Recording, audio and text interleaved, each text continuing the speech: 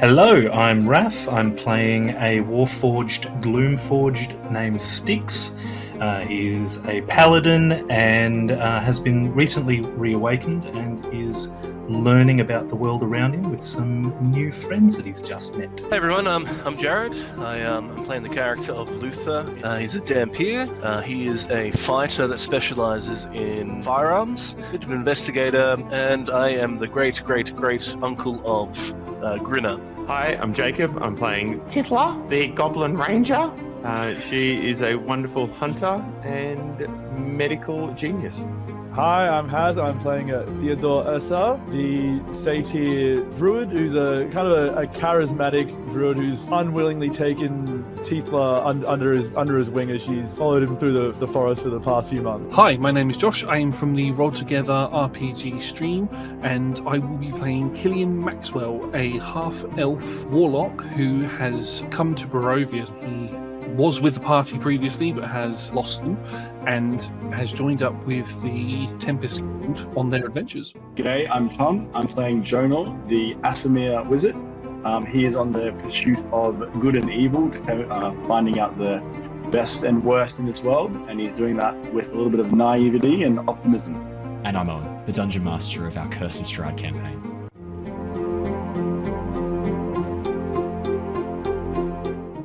A warning, gentle viewer. Curse of Strahd is a horror-themed Dungeons & Dragons campaign, which means you may hear adult language or adult themes throughout this episode. Hello! Greetings, everybody. Welcome back to our Curse of Strahd session. Now, this is a special episode tonight, if the title and thumbnail didn't give it away. You know how much we like to do these special Blinsky episodes for any important holidays, any important events that come up. We did our Halloween special. We then did our Christmas special. Now we are doing, a little bit late, a Easter special for Blinsky. I'm sort of combining a little bit of April Fools and Easter special together so that we can have our special Blinsky session.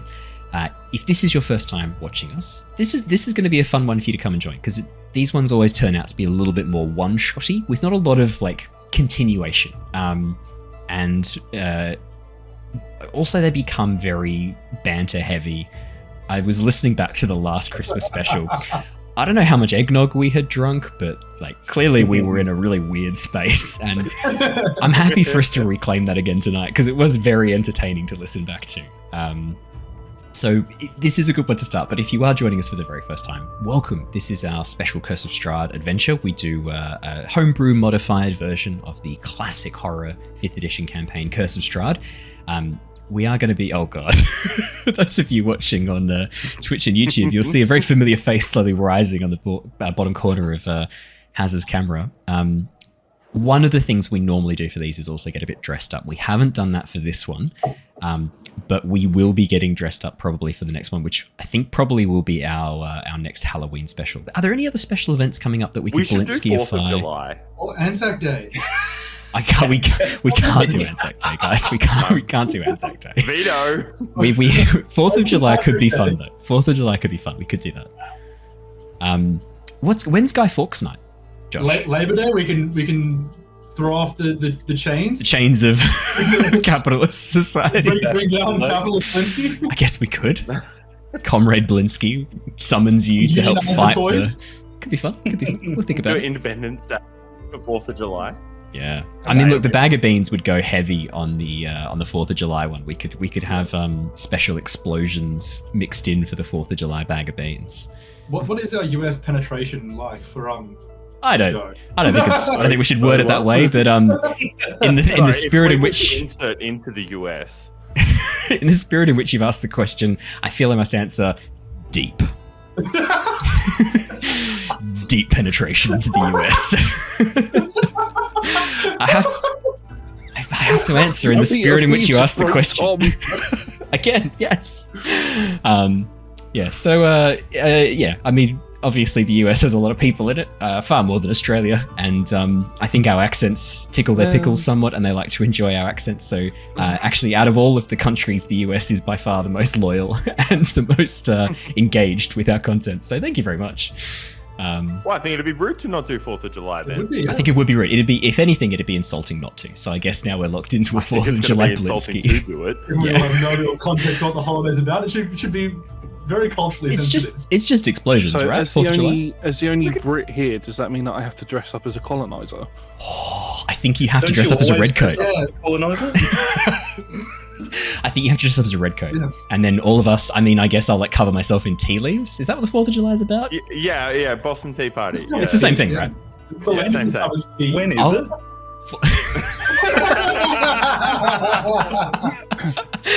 I think it's around late June. Yeah, it's August, right? It's got to be August when the weather gets cold outside. Yeah. Yeah. Around like Easter. Yeah, that's right. It changes every year with the moon. Oh my god. So I guess that's our next Blinsky. I do have one fun announcement to share before we start our special Blinsky, and then I guess Jacob also has a fun announcement. The question is, do I I don't let have Jacob an go announcement. first? I don't have an announcement. You don't have anything to say. No, you do. Oh, to answer your question, Say it, did Owen. he say about Guy Fawkes Night? It's the 5th of November, so you could do Halloween and both. Guy Fawkes together. Do Guy Fawkes? That'd be fun to wear all the masks so that no one can tell us apart. It'd be great. I guess I have one fun announcement and one depressing announcement to share in that case. The fun announcement is our Avatar Legends campaign, The Legacy of Kyoshi, has now started. We did our session 0 last week. It is up on YouTube. You can watch it right now. It was a lot of fun to be jumping back into Avatar. It's been way too long. I think 3-4 months since we last did an Avatar session, so it was really good to be jumping back in.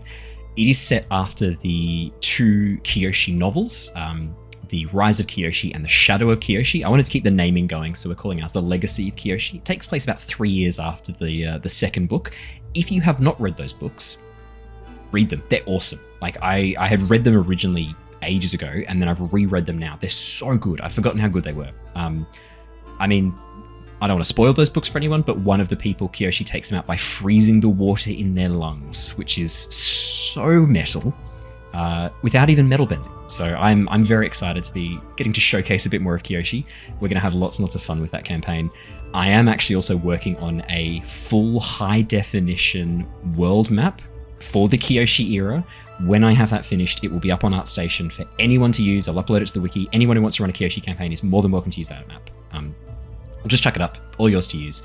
So we will, we'll be getting lots of cool stuff out of that, and we'll also have some fun guests joining us during that campaign as well, which I will be announcing as and when they jump online. That was my fun announcement. I do have a sad announcement as well, a depressing announcement. Previously, for those real fans of Curse of Strahd, Jacob and I had entered into a bet. In a moment of weakness, I challenged Jacob to create an animated emote related to a certain artist that Jacob is a big fan of. If you're watching us on YouTube and on Twitch right now, you'll see in the chat and on the screen below me over the artwork, that emote has been completed. Jacob was successfully able to create an animated emote of Maisie Peters. He has now also changed his virtual background to her concert. At one point, I don't know when it was, but this definitely did become a pathological obsession. And I don't know who to refer him to. He's dating a psychologist, so I'm hoping she'll step in and help out at some point. So I will say we had a very unrelated conversation about stalking the other night. So not at all related to this. It was a scientific research, but that did happen. Were you one of the people being examined for this? Like, was it a case study of you? I think it was a blind study. So you didn't know you were being studied, is what I'm Was hearing. that being studied? Is that what happened? Oh, what a cool. Whoever took this photo, also super talented. That's crazy. So, I guess we're in the worst timeline now, because there is now an animated emote of Maisie Peters. It's on Twitch. I can't do anything about it. It is there forever, or at least until I decide to get rid of it, until a better offer comes along. But Jacob wins. Jacob has worked out how to change his background. And Jacob has finally figured out how to change his virtual background. So I want to just thank Obscenities, who throughout this process only used the emote once and has now switched back to the far more appropriate and Lost Archives approved emote of Varys Nightshade popping in and out saying hello there. So thank you for showing your Thank you for showing some loyalty to the actual official Lost Archives emotes. All of the rest of you are dead to me, who have spammed the Maisie Peters emote, and Love you all. it's just you and Jacob. I could see another Miss Snuggles has used it once, as if like unsure of whether or not it's a bad thing to do. Once was enough. You have actually now dipped your finger in the deep end, and that's it. It's the best.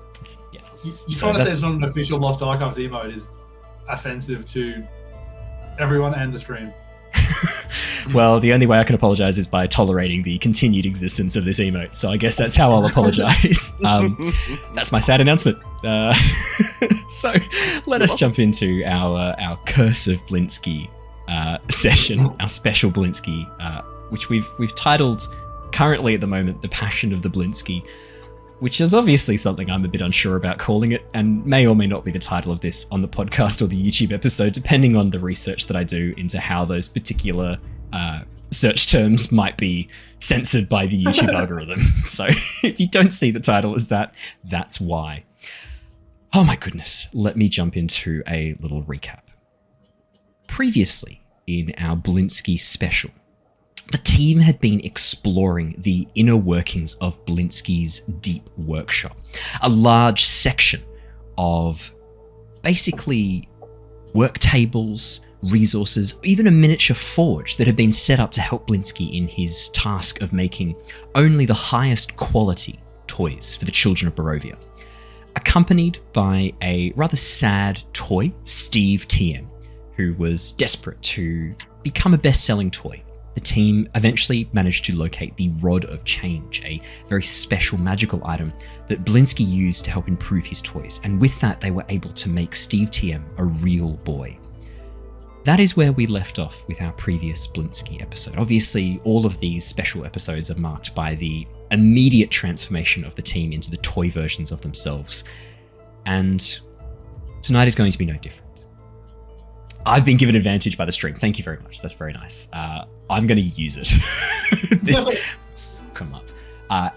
All of you, including Styx, as your vision begins to come back to you, you find yourselves almost hearing what at first sounds like gentle birdsong.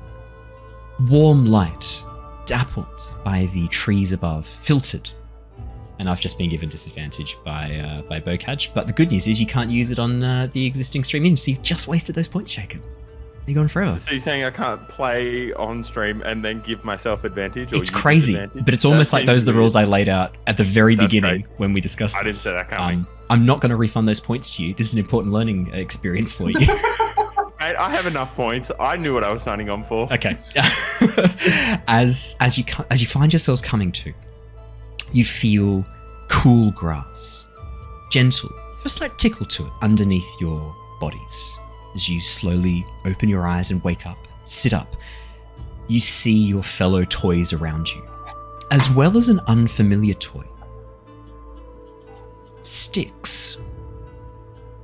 In toy form, your head, rather than being a human skull, is a tiny shaped rat skull that has been like molded around the mechanical parts of your body. And there is on your back a large key to wind you up. You can see that the components of your body seem to be powered by clockwork, and a large key is jammed into your back. As you all begin to slowly awaken and look around, you see this Styx toy as well, sitting at the edge of what looks like a stone fountain.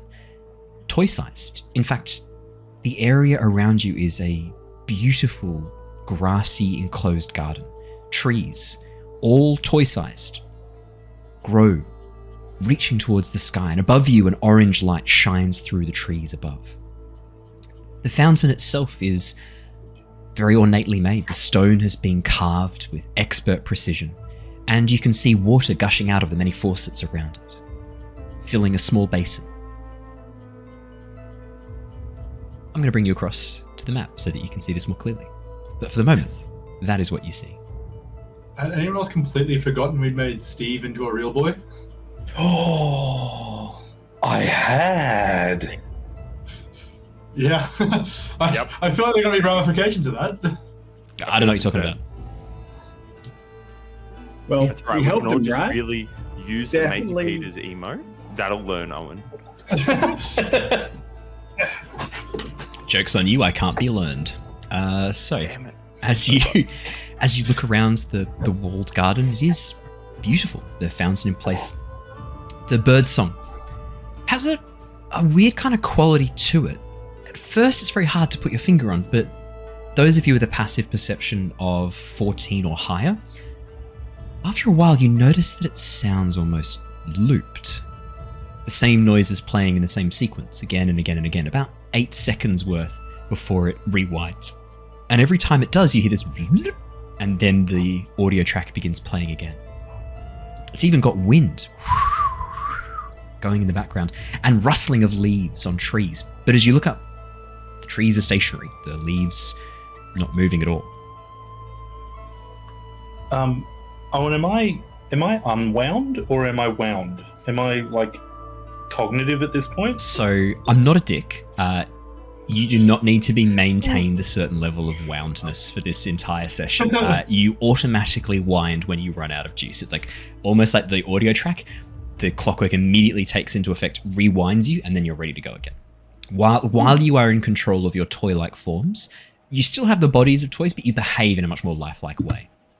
Do we recall the last times we done this? Or Oh is yeah, this like yeah. Every time you awaken, you suddenly have all the memories of these Blinsky specials, like back in your mind. And there's no grinner here. There's no grinner. Only you see Styx instead.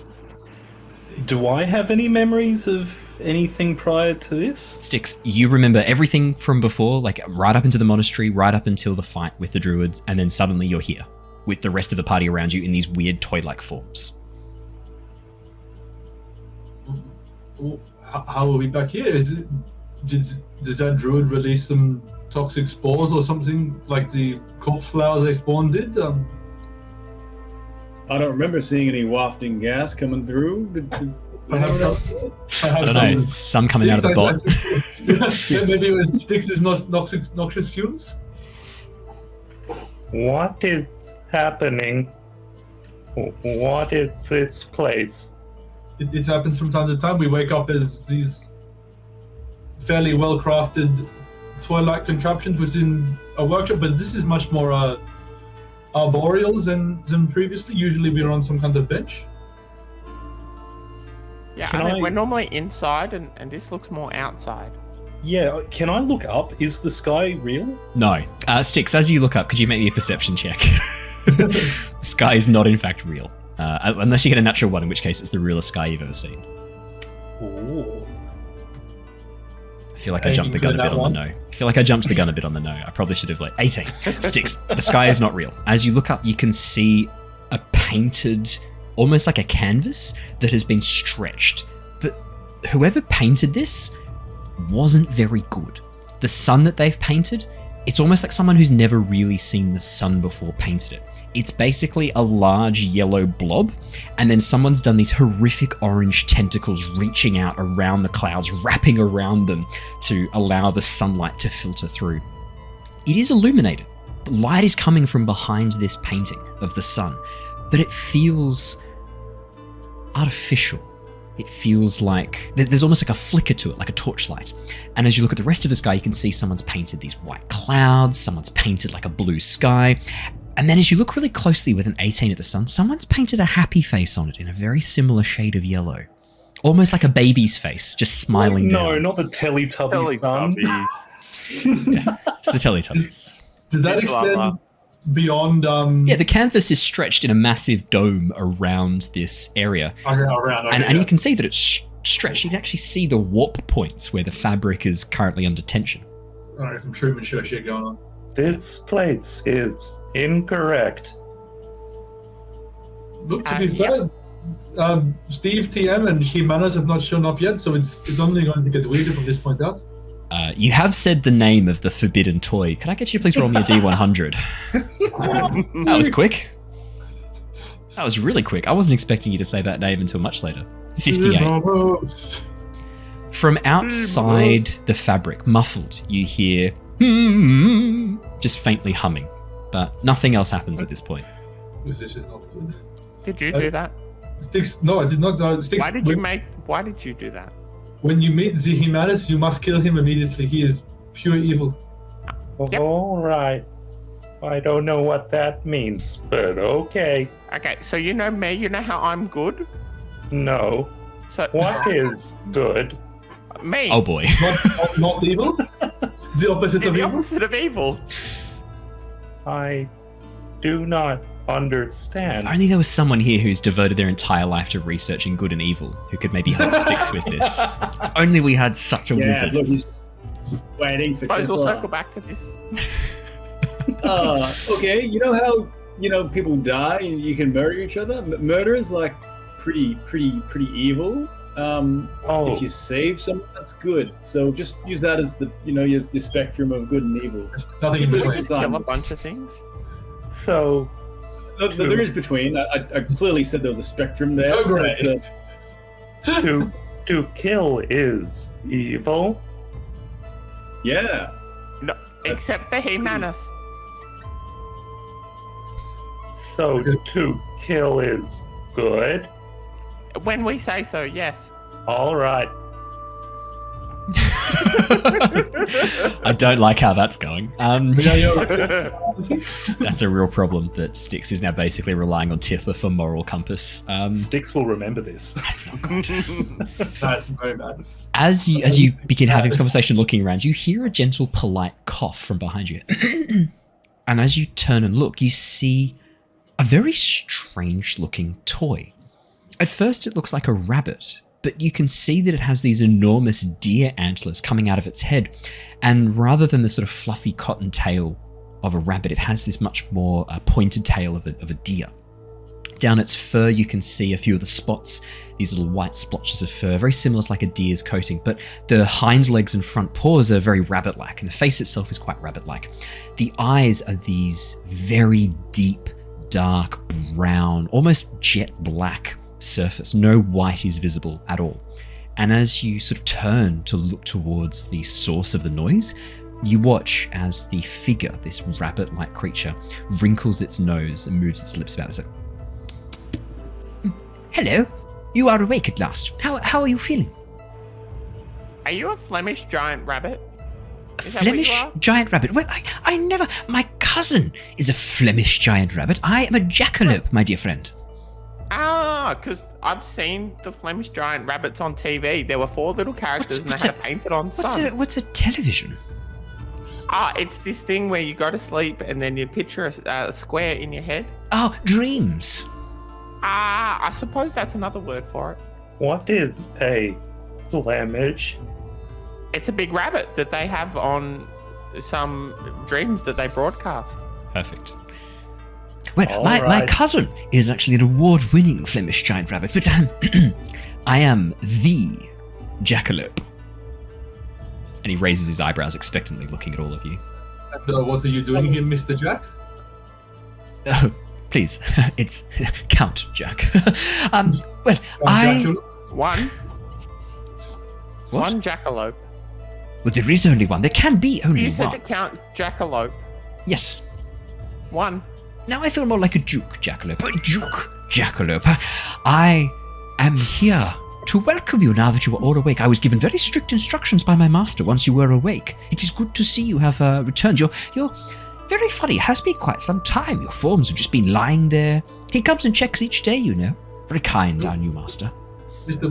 Blinsky?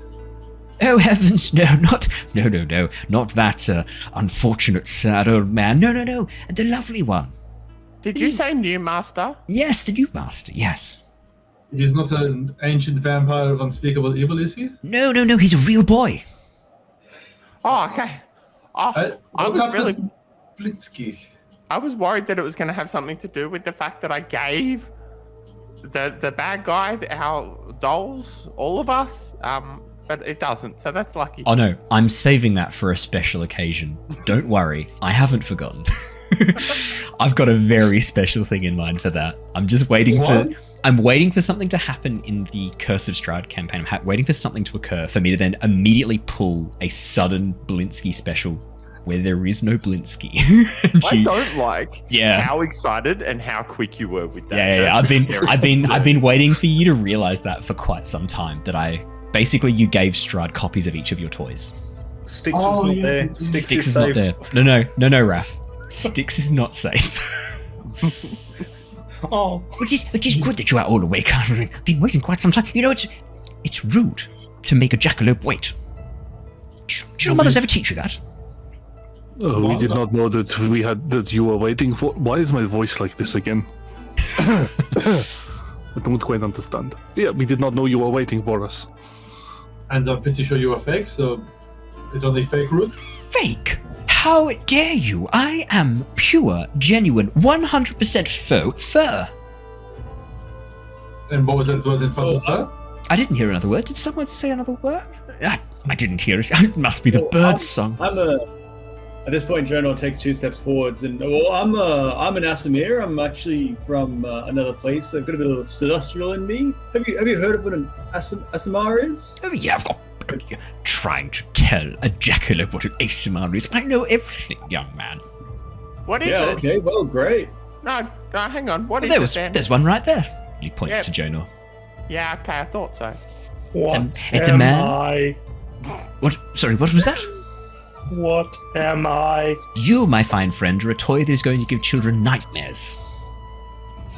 Is that the designated purpose of a toy? Sometimes.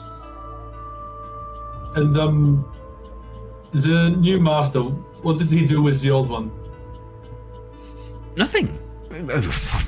What do you mean did something with him? No. He just grabbed a whole bunch of his favourite toys who had been generous and lovely with him, and took them to the promised land, which I am very, very pleased to announce you have arrived at.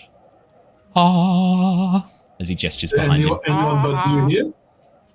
Well, the others have gone on ahead. There is a small matter of your entrance trial, but we can get to that later. Let's continue with the welcome wagon first. Can we get on the wagon then? Where is the wagon?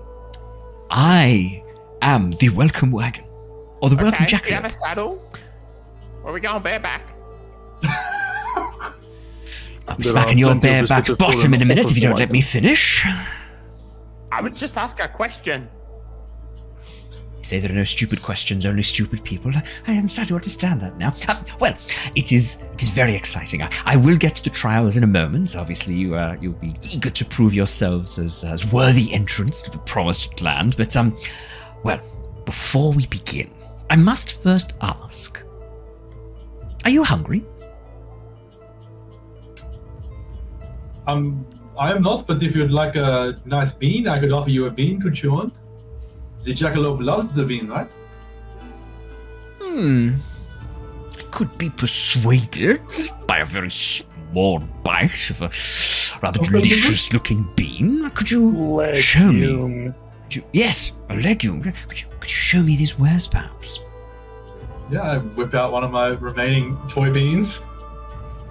He looks at it, taps it, goes, no, nah, not that one. Are my beans not good enough for you? They're dusty. Look at them. It's not dust, it's flavor powder. That's okay. Can you stop flicking the bean?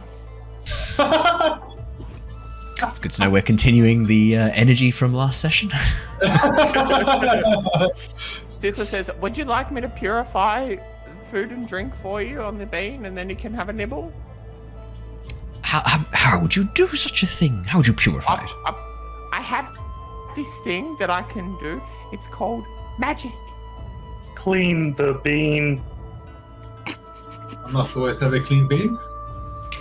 Look, I think perhaps what we should do is maybe let's have a celebratory bean once you have proven yourselves in the trial, or why don't we start with the bean? Your imminent demise at your hands of the various members of the trial, and I will eat a bean as I look at your desiccated, destroyed husks that once held the life and magic of joy and laughter within you. How does that sound?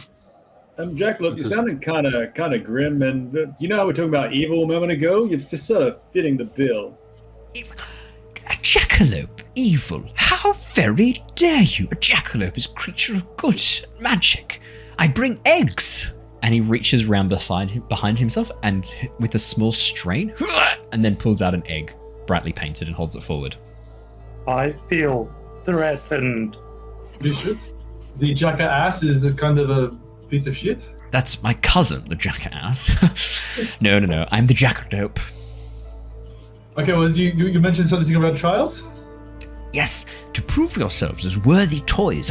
Not just any toy can enter into the promised land.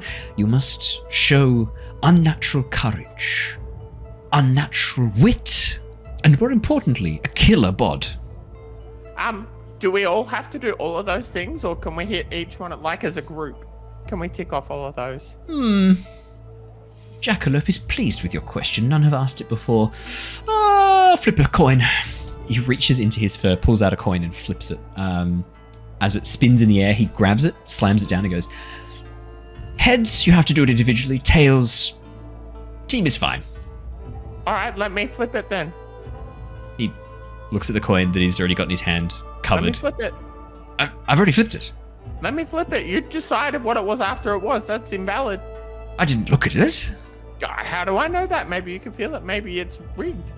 Let me flip it. How dare you accuse a jackalope of dishonoring the sacred art of coin flipping? There's a reason you haven't passed your trials in the Promised Land, so... I was the first. I was the first to pass. First to pass my trials. Just saying. Was it one of those where they refined the trials as they kept going? Yes, they made them easier for the lesser toys. Sure. Right, coin, please. He reveals the coin, which was a tails, and hands it over. Lovely. Tithla is going to flip it and wants to try and track the coin toss in the air to catch it. Okay. To then do the flip to do it so that it's tails. Okay. Could you roll me a sleight of hand check and a D100? Styx is going to get uncomfortably close, by the way. He's really So curious. the sleight of hand check is a nat 20. Holy shit. Don't even bother rolling the D100, doesn't matter. Natural 20. Tithla, you know how to rig a coin toss. If there's one thing you know, it's how to rig a coin toss. Coin toss? I'm standing by. You know how to rig a coin toss. Sometimes you rhythm spoon. You know how it is, guys. As you flip the coin, tracking it in the air, you reach out and snatch it as you see the tails flash up before your eyes, slam it down on your hand. Oh, quick reflexes on this little green one. What have you got there? Should we reveal? Countdown. Just luck. There you go. Look, tails. Crazy. Oh, well, I guess 2 tails in a row. I can't argue about that. Guess not. You could do it as a group then in that case. It's funny, when we let the biters through Press to do 3 this. out of 5. No, I can't. I'm not going to stand here and wait. I have waited long enough for you lot to wake up. You're the most stubborn, bed-bound toys I've ever encountered. We usually have another friend who wake up here. The human, he is usually grumpy. Oh, the one in the coat. Yes. Where is he? He's usually here with us. Ugh. Is the only sound he makes and pulls a face. Also, Did you eat him? What? I did not eat him. He was made of wood. Get splinters in my teeth. So you can't eat wood? Well, I mean, I can, but it's a bit uncomfortable. I can gnaw at it. I thought you were brave and witty and had a killer bod. So why you don't eat wood? Either those two statements are completely unrelated. No, I think they're quite related. You would. Now, which trial would you like to take first? We have the trial of wit, we have the trial of courage, and we have the trial of the killer bod. I think the trial of wit is perfectly suited. We can just go straight on with that one, I think. The trial of the killer bod it is. Please, take the gate to the left. Hey, you're not listening to what I said. That's really... Okay, kind of a fine. dick. The trial of the wit. If you could take the gate to your right. Okay. My right or your right? You know, I don't actually know. I've just Can you been make saying the that the whole L's with time. your I actually don't know which one's which. Can you do the L's? He holds up his paws and looks at them without opposable thumbs and fingers. I didn't think so. It's a shame. This one is the left one. Points at the middle one. Well, good luck. Oh, and it's dangerous to go alone. And you watch as the jackalope throws the egg towards Killian. Take this. You might need it. Oh, thank you. Is it nice and warm? No, it seems to be painted porcelain, maybe, Killian. Hard to say as you sort of tap it. It feels hollow. Should we sit on it? What you do in your spare time is up to you, if you want. Well, it's not really. We've been a bit distracted the last few weeks. I haven't had a lot of spare time. Well, maybe now it's time for some R&R, resting and relaxing on top of an egg. All right. Tithla grab. Killian, can I please have the egg? I want to try and sit on it. Not now, you're doing a special trial. Go. I'm so confused. Where are we going? Come along, we're going over this trial. We'll see what's in here. All right. This is always, I suspect, we'll have an old friend to meet sometime soon. Perfect. As you guys make your way, I mean, the garden that you can see, the gates, the east, west, and southern sections of the garden, there are these gates leading to what look like pathways. As you begin walking along them, underneath, on the underside, you can see that there is what almost looks like a white foam that this entire section is stood on top of. And underneath is a wooden table. And as you look very closely at the grass and the plants, you can see they are all painted. Painted little bits of what looks like paper, painted little bits of silk, painted little bits of plastic and wood, which have been designed to look like miniature trees. And as you begin to walk down the pathway, you can see in front of you a large stone room rising up in front of you, a metal gate basically hiding the room beyond from view. As you make your way towards that point, Luther, who's behind you at this point, kind of looks over and goes, I might just wait a second with the jackalope in case this is some sort of trap or something. I'll just stick around with him and make sure he doesn't get up to anything mischievous. Does that sound okay? If we are not back in, say, 10 minutes, please execute the jackalope. He pulls out his gun and immediately holds it against the jackalope's head and goes, Roger. Oh my. As the jackalope sort of like looks at the weapon and kind of like preens his fur a little bit. Hands off. As you begin heading down this sort of small platform, joining onto the other section of this model, this diorama that's been created, through the metal door, you can see what looks like a large stone room, roughly sort of like 90 feet long, but only about 40 feet wide. You can head on through, Jonor. That's fine. You can move on through. And as you make your way through the door and enter in, you can see this beautifully constructed, creepy-looking crypt. The cobwebs are clearly just string that's been unraveled and piled up in the corners. You can see that someone has carefully tried to carve coffins out of this foam, but hasn't done a great job painting some of them. And the pillars that are supposed to hold up the roof, the person forgot to put the roof on. The pillars are just kind of standing there, and you can see they've been made out of paddle pop sticks, like ice cream sticks. Alright, what do you all suppose we're meant to do in here? Do you think we got the trial of wit, or the trial of the killer bod, or the trial of bravery? Just going to point to the skeletons on the floor. Maybe the trial of the killer bod. That's my joke for today. That's the joke. That is no. That's the room. That's Josh. You nailed it. That's well done. That's the joke. All right. Let's hit some Maisie Peters emotes and get out of here, I guess. Job done.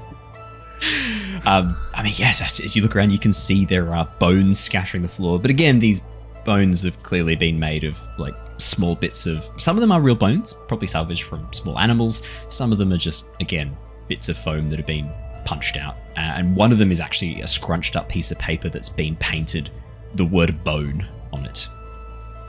I feel that we've just glossed over Styx's laugh as well. For a good reason. It was horrifying. And I can only apologise to headphone listeners, is what I have to say. He didn't run this one by me beforehand, so... I run nothing by you beforehand. We know that. And that's why we have the content warning at the beginning of our sessions. As all of you kind of like look around the room, who has a passive perception of more than 14? Brilliant. Tithla, Styx, and Theo. As you look around, you can see, and Killian, it's everyone but Jonor. Let's play the exclusion game. Everyone good. As you look around, you can see at perception. Guys, don't be mean. Everyone good at perception. As you look around the room, you can see that someone has written all different words on the coffins. At first, they kind of looked like names, but as you've had a bit of a chance to look around the room and get a bit of a closer look at things, there's different words written. One of them has leg bone, one of them has arm bone, you can see one of them has funny bone. There's a number of other names that have been written on these coffins, on these sarcophagi. I would like to go open one. Which one would you like to open? There's two main ones that you can see that are very, very large, the one in the north and the one in the south. There are smaller graves along the east and west walls, which have names written on them as well. But the two largest sarcophagi in front of the pillars, north and south. Which one would you go for? I'll go north. North. As you begin making your way up towards the sarcophagus, Styx, and then go to lift up the lid, there's a bit of resistance. Could I get you to please make me an athletics or an acrobatics check? Your choice. Hell yeah. Hell yeah. I'm ready. Oh, hell yeah. Athletics. 7. As you go to lift up the lid, Styx, you can see that someone has glued this on, and unfortunately they've forgotten to leave a hinge. As you go to try and lift up the glue, the lid has been accidentally glued to the top of the sarcophagi. And as you try and lift it, the whole thing rises for a few seconds and then drops back down again. Do those... Help. Help. What's up? That's what you hear. Help. He sounds like a sick Dalek. That's in there? Help me. In the chest, or is that you, Styx? I can't figure out if you're in trouble or someone in there is. I do not know either. What's up? Nothing. The roof is missing. But then there is a sky that's not a sky. Correct. Over this section of the roof, you can see someone has painted a small moon with a very scary looking face. It's almost like a hyper-realistic moon with these like teeth, wide open, red eyes glowing in these sockets as it looks down from above. It does seem to be getting closer. Owen, is that what you see when you look outside? Because you described that as hyper-realistic. I was thinking more like, I was trying to compare it to like Majora's Mask, you know, how like the moon, the textures on the moon are way too good compared to a lot of other textures. Like you see the walls and it's the same like 3 pixels repeating, and then you look at the moon and it's like perfectly hand painted and you go, oh! Yeah, that's what you see. Forget Majora's. Are those names on the sarcophagus just written randomly on the side, or are they like lining up with like, I imagine there's like a effigy of a... There's an effigy on top, but the interesting thing about the effigy is that it's actually open and hollow. It's almost like someone has plaster cast a human figure but hasn't filled in the top half. So you can kind of see inside the open section of it, the hollow section from above. And the words are written along the front where a nameplate would be for a person. So the two large sarcophagi, the one in the north has head bone, the one in the south has arm bone. And then you look over, the graves have leg bone, funny bone, chest bone, and bone on them. Could I grab a skull and put it in the plaster cast area of the one that says head bone? Yeah. The one at the north. You reach down, pull up one of the skulls, slot it in. A moment later, you watch as the jaw clicks and moves, and then you hear a voice read out to you. My life can be measured in hours. I only serve to be devoured. Slim, I am quick. Fat, I am slow. Wind is my foe.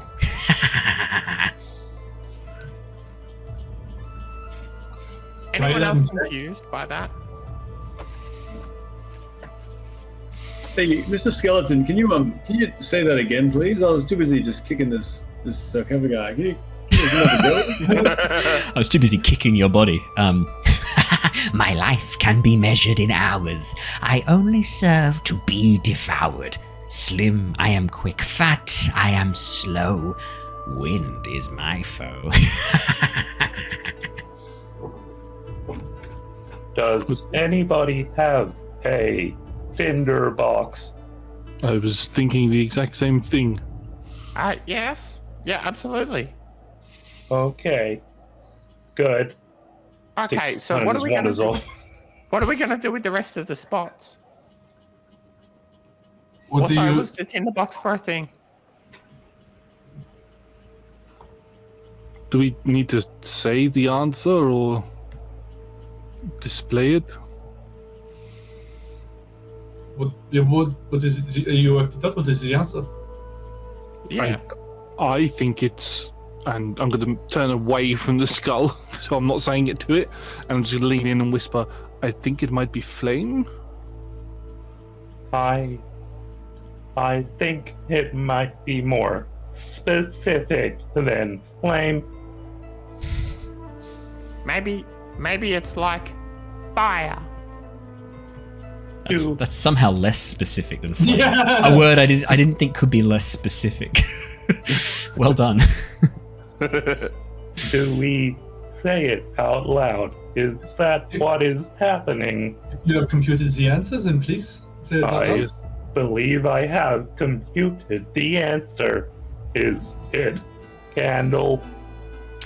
Styx, as you say candle out loud, you watch as the skull jitters for a moment, and then around the room, emerging from inside the sarcophagi, you watch as bones begin to fly out and reassemble into the open, empty slot of the sarcophagus.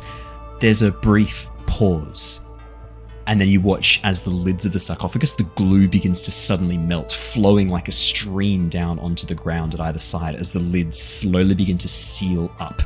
And then the effigies, the almost like relief effigies, sink into the lids of the sarcophagi, leaving nothing but a smooth, perfect surface. That's when you hear the sound of echoing cackling coming from inside each of the sarcophagi. I'm going to... How do I want to do this? As you... I'm just wondering how to best describe this in a way that's going to be really, really entertaining and funny. As all of you... Yeah, as all of you Just Oh, do watch... it in a great way. It's that Thank you. simple. So simple. You just describe what we have to do. As all of you watch, the lids of the sarcophagi slowly begin to rise as these bandaged hands reach out, and then rising up perfectly vertical from a horizontal sleeping position, two figures, bandaged figures, slowly rise and begin clapping at either end of the room. Thinks he's clever, thinks he's smart. We will take this one's heart. As the two mummies, affectionately known as I Want My Mummy, TM, begin to lower down onto the floor, and I will have you all roll me initiative, please. Oh no. Do we have to because you said the I want mummy line? What do you mean? Weird. I'm confused. What's the problem? You're right, I liked it. I was so torn by that, I rolled a natural 1 for a 3. Seems appropriate. I was trying to come up with like a good brand name for what a really shitty 90s toy company would call like a doll mummy, and the answer was something around that pun name of I Want My Mummy was the best thing I could come up with. It's perfect. Thank you very much. Thank you. It's what I hate like to it. hear. You hate it. Brilliant. That's even better. It's all right. Wow, we've not rolled very well tonight. We've got Tithla on a 23, Styx on a 21, and then everyone else basically scraping the single digits. Theodore on 11, Jonor on 6, Killian on 3, and luckily I Want My Mummy on 3 as well. Let me bring across the battle map so that we can enjoy this combat of intense, extreme high stakes as some toys fight some other toys. Alrighty. First up in the initiative order is Tithla. Tithla is going to step to the side and block Killian and to protect him and say, Stand back, I'll protect you. and she will cast Sacred Flame on Le Moment. Perfect. Make me a ranged spell attack, please. Jacob. It is a dex save. Oh, sorry, it is a dex save for Sacred Flame. I was thinking of a different spell. Dex save for Most mummies. other spells. They're not very good at dex saves. I still rolled an 18 though. Don't worry. That's a 19 minus 1 is 18. Don't worry about it then. That's fine. Cool. Anything else on your turn? Jacob, do you want to have a go at getting him? And then Jacob will try and bite. Jacob turns to you. Well, actually, Tithla, if I have the choice of acting, I would rather go and have a nap. Okay, if that's what you'd rather do. No, he doesn't say that. Carry on. Blinsky didn't put enough effort into making Jacob. Don't worry. He certainly didn't include a voice box. Oh, well, that's cruel. Jacob didn't put enough effort into making Jacob either. So. Yep.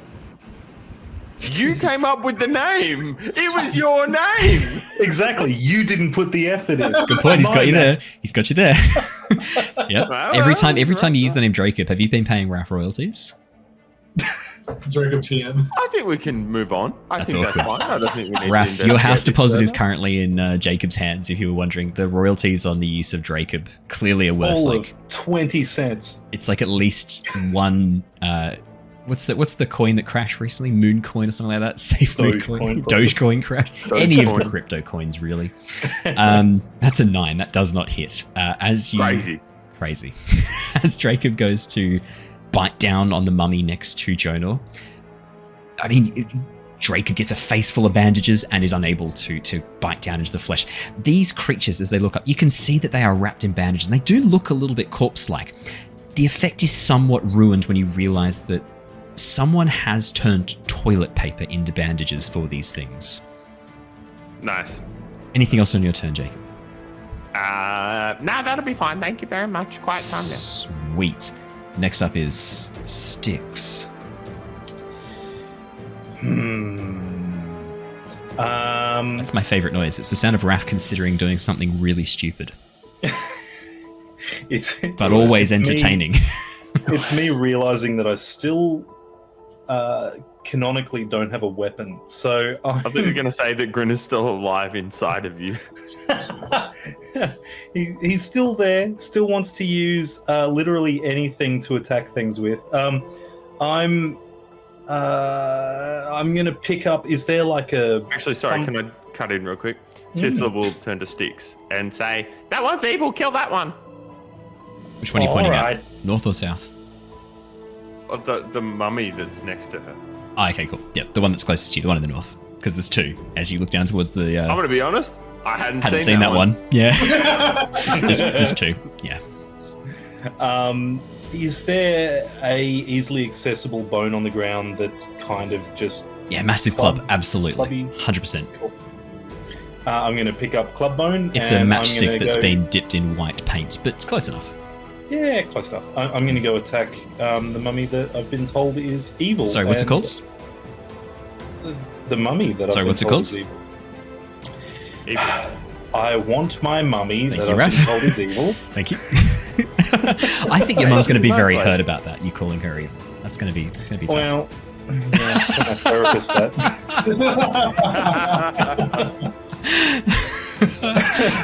Amazing. And I'm going to use Sacred Weapon. Yes. And I'm going to do that, and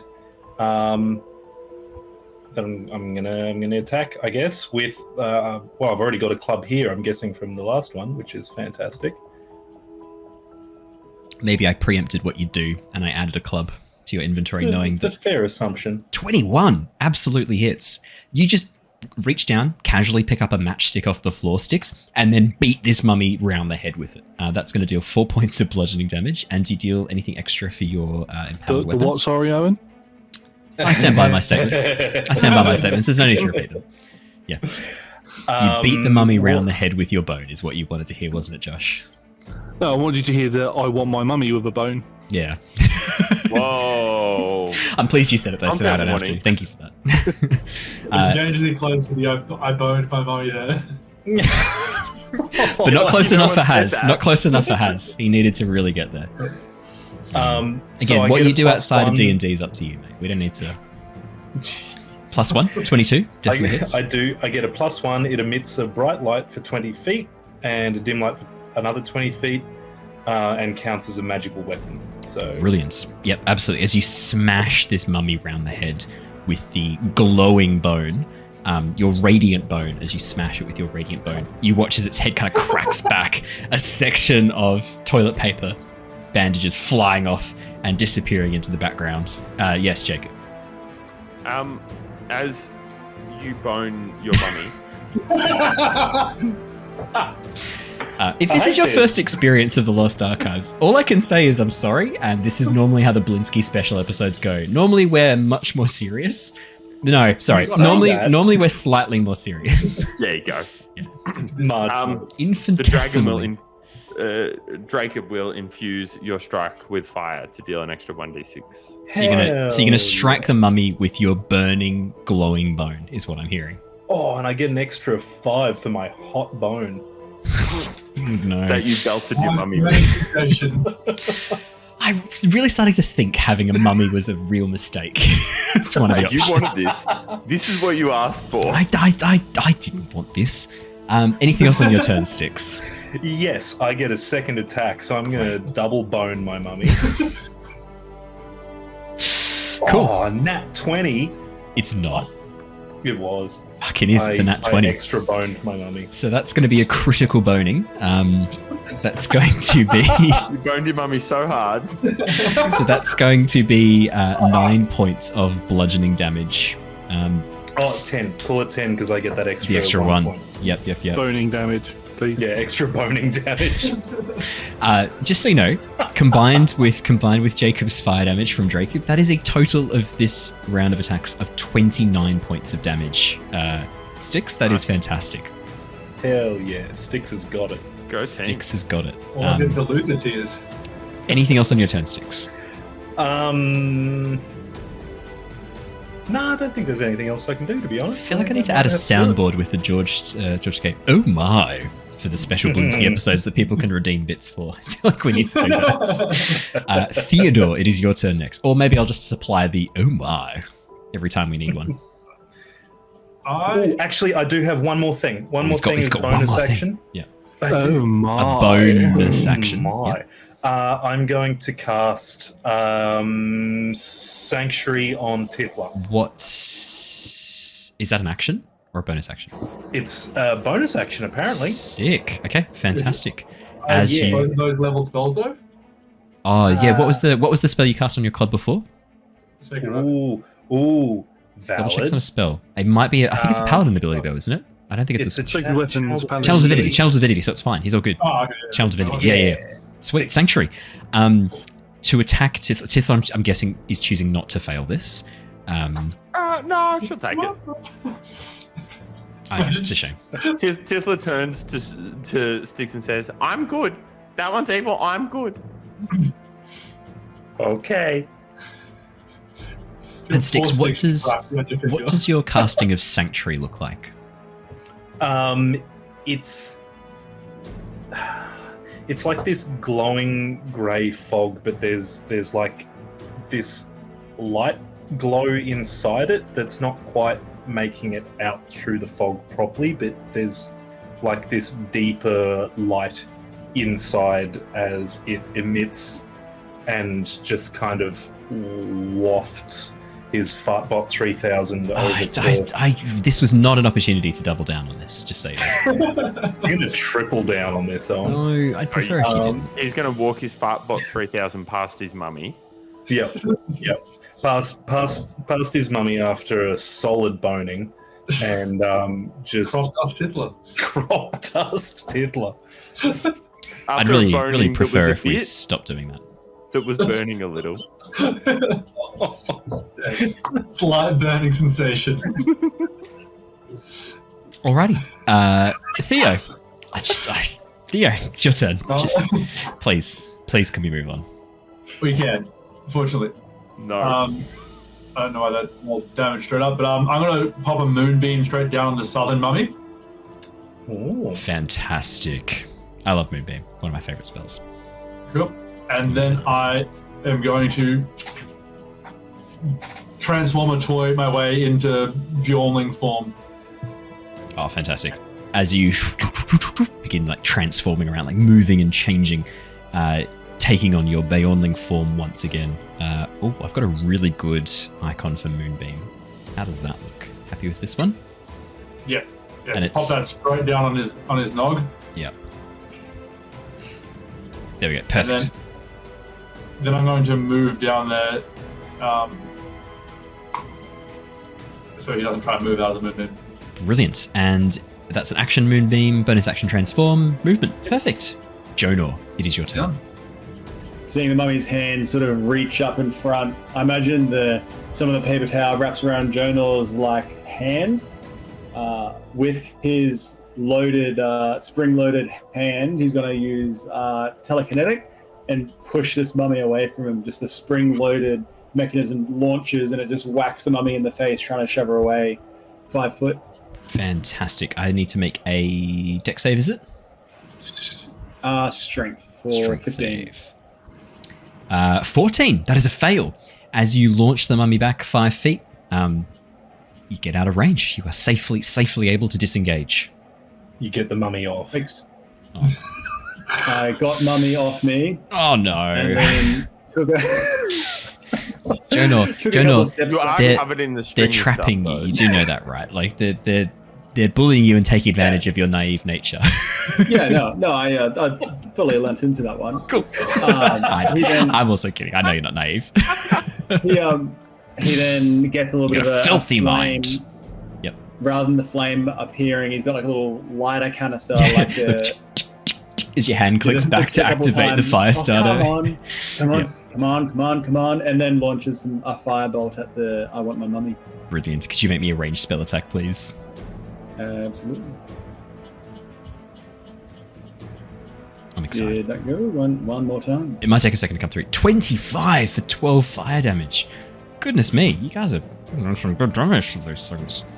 As you let loose this blast of fire. Yeah, sorry, go, Joe. I was going to ask if the toilet paper just catches fire. Yeah.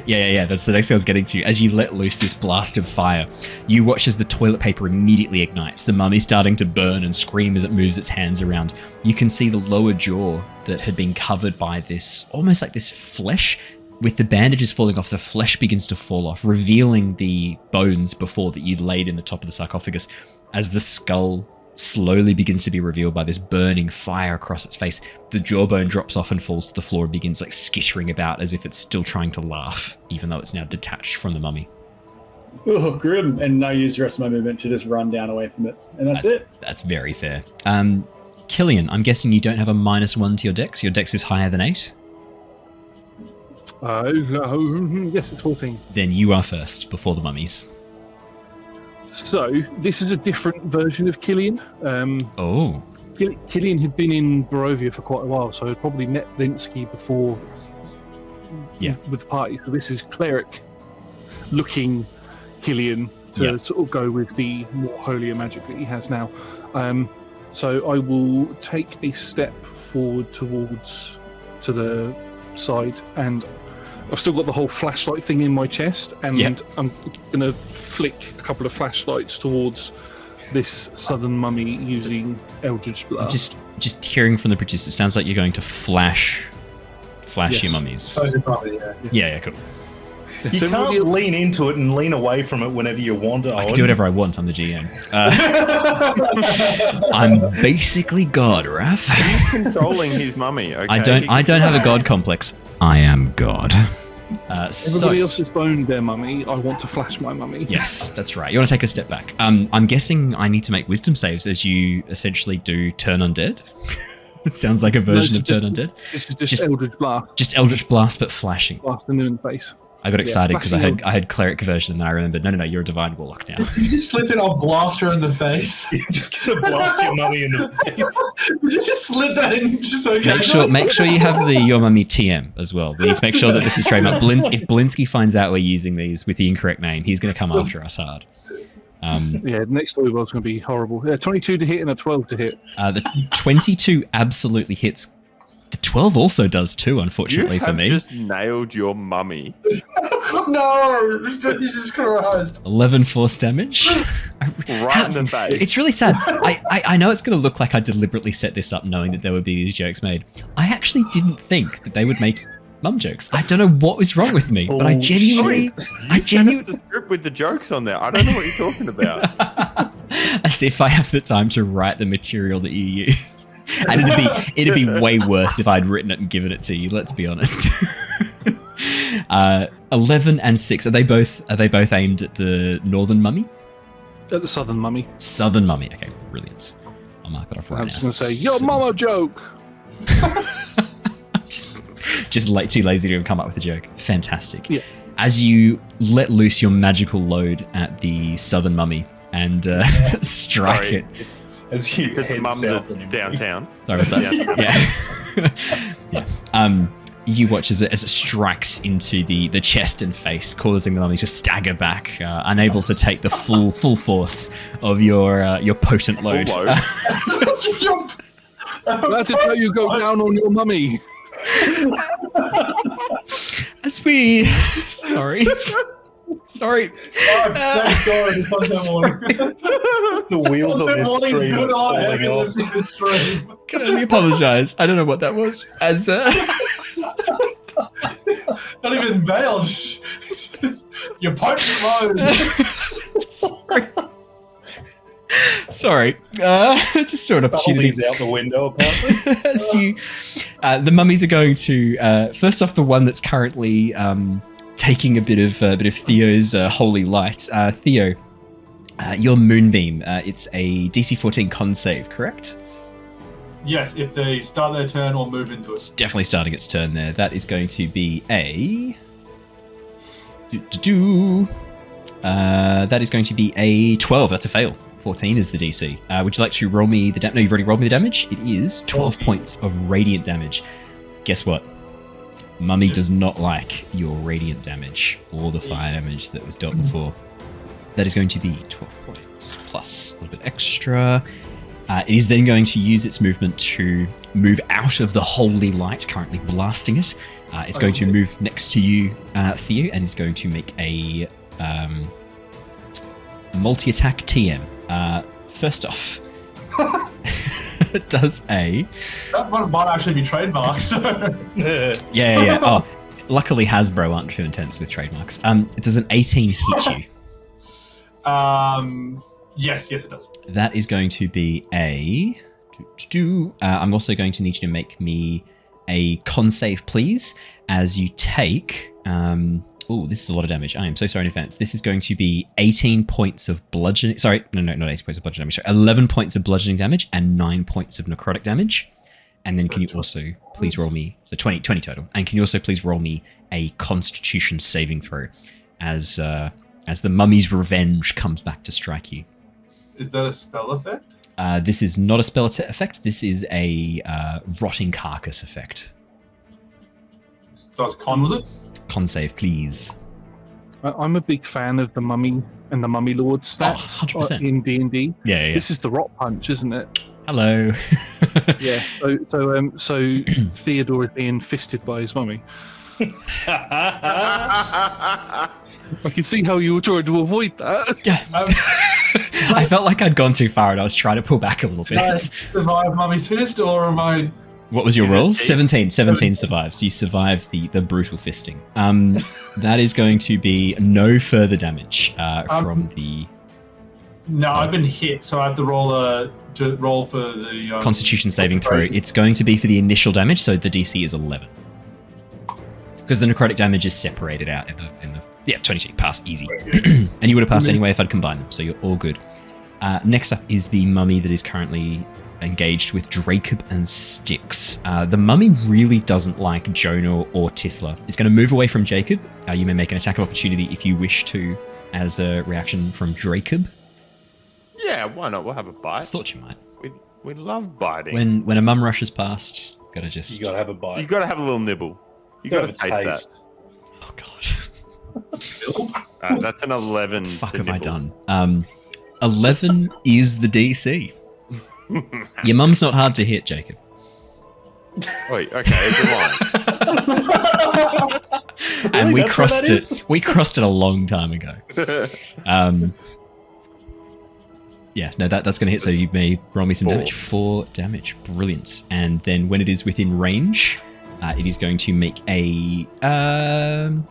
Killian, could you roll me a D6, please? 1, 2 is Styx, 3, 4 is Tithla, 5, 6 is Jonor. Oh, sorry, it's +3. It's 7 total. I rolled a 1. 1, that is going to be Styx. Styx.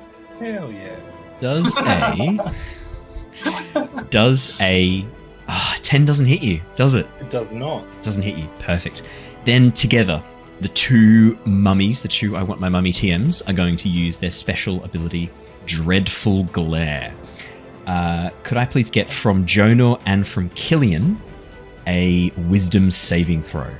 My mummy uses this a lot. That is a 12 from Jonor and a natural 1 from Killian. Killian is critically unable to deal with the mummy's glare. That is going to be frightened. Oh no, you failed by 5 or more. Nope, you are paralyzed, my friend. As the mummy turns its gaze towards you, watch as it reaches up and pulls down one of the bandages, revealing these painted googly eyes. For some reason, though, this fills you with dread, Killian, and as you freeze in position, you are paralyzed until the end of the mummy's next go. That is the end of the I Want My Mummy. It is now time for Tithla, and disadvantage has been given to Killian. God damn it! Except it's by Jacob, so it doesn't count. So don't even worry. It doesn't count. Come on. Doesn't count. Be cool. No, doesn't count. We just went through this at the beginning of the session. Yeah, but I was hoping because it was a negative, you would have it count. Okay, but it's funny this time. Yeah. It's not against me, so therefore it's fine. Top of the round, Tithla, it is your go. Yeah, okay. I hear you. Okay, I hear you. And I just don't know what to do now that you're so close. All of my things is move away from it. You know what? I'm going to try and get away from Mummy. Step back. As you do, it is going to make a attack opportunity. Yep. Oh, Tithla, that's a natural 20. Wait. Yep, that hits. Thank you for checking. No worries. That is going to be, so that's 2d6. That's going to be 21 points of bludgeoning damage. That's fine. I don't even get that much. And then it's going to be 28 points of necrotic damage. Using you as a fucking puppet. I don't have that thing as a grave cleric yet to cancel out crits. Damn it! How you looking, Tithla? You looking okay? Well, I just went from full to 10. Dude, I'd be dead if I got hit by that. Yeah, well, you're a little bitch. Could you please roll me a Constitution saving throw as well, so that I just want to see if you're cursed with mummy rot. I would love to. Yeah, that'd be great. Oh, mummy rot. That's straight mummy issues. That's something you that's gotta a go 4. to a doctor for. That's a 4. That's a fail. You can't regain hit points, and your hit point maximum decreases by 10 for every 24 hours that elapses. Can the I want my mummy TMs, like we just said, be instead of it being mummy rot, be called mummy issues? Mummy issues, yeah. Tithla, as you are inflicted with mummy issues, the curse is going to slowly erode your sense of self and your will to live simultaneously. Yeah, every 24 hours you're going to lose 10 hit points. If you are reduced to 0 hit points, you die and your body turns to dust. The only way to remove this is with the remove curse spell or other such magic. No one's got that. What level spell is that? Oh, it's on the second level remove curse, I'm pretty sure. I might be able Third level. Okay, No, well, it's then, No. then you're fucked, Cool. buddy. Well, I'm displeased. I was then going to cure wounds, but I guess I'm not going to fucking do that, am I? It's probably useless. You can't regain hit points. Probably won't do too well, will it? Your mummy issues prevent you from regaining any sort of confidence or sense Wait. of self. Does Sanctuary help? It would. Yes, I should roll with disadvantage. Yes, absolutely. Well remembered. Hey. Oh, here comes a second crit. Yeah. It's not. Does a 15 hit you, Tithla? Yes. It's a wisdom saving throw. It's a wisdom saving throw against. Oh, to Sanctuary. even see if it can attack. I thought it was with disadvantage. Sorry, you're right. It is a wisdom save. Otherwise, it just loses its No, that's an 8. It's a fail. Wisdom. It doesn't even attack you. You get no attack of opportunity. You may return your hit points to maximum. Your mummy issues are magically cleaned up. It attacked me instead, I believe. A decade? No. So it was a reaction that it was doing to it because it already attacked you the first turn and missed. This is the reaction to attack Tithla. No, so I mean you get a decade of therapy in 2 seconds as I have to reverse that attack. Fuck yes. Well, I'm super chill now then. Yeah, That's fine. That's the second time that's saved us in this campaign. That's the adamantine Sanctuary is a really good spell that a lot of people sleep on because it's so cheap. You can just pop it out when you need it. It's a really good spell in D&D. Yeah, that was clutch. Sacred Flame. Fuck this bitch. I don't know. It doesn't sound like he has resolved his mummy issues just yet. I better make a dex save. Dex save, please. That's an 11. That's a fail. Fails. 8 points of radiant damage.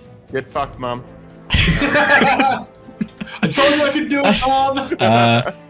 How do you want to do this? That is enough. Hey. Tithla sees her life flash before her eyes. She tries to remember her own mummy, and she struggles at times. The memory's replaced with this like horrifying rotten flesh face with these googly eyes underneath the bandages now. Your mum did try and sell you to Jonor. That will give you mummy issues.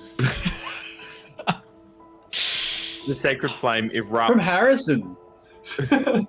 Unexpected. Yeah, unexpected betrayal. That's like Sam pushing Frodo into Mount Doom. He's holding the ring. To be fair, that was definitely a play he could have made. To be fair. I can't carry it for you, Mr. Frodo, but I can chop off your hand and carry that. Yeah, carry on. That's fine. Flames engulf, dead. That'll Dead. do. It's not going to be better than those bits. Styx, it is your turn next. All right. I mean, Styx has been looking for a two-handed weapon, so Yeah. Styx is going to grab The his arms of the mummy's mummy. feet. No, okay.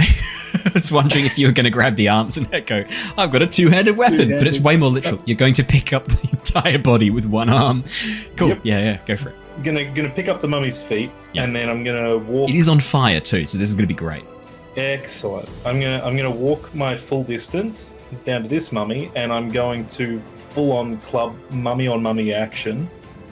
Yeah, go on. And I'm just going to beat one mummy off with another mummy.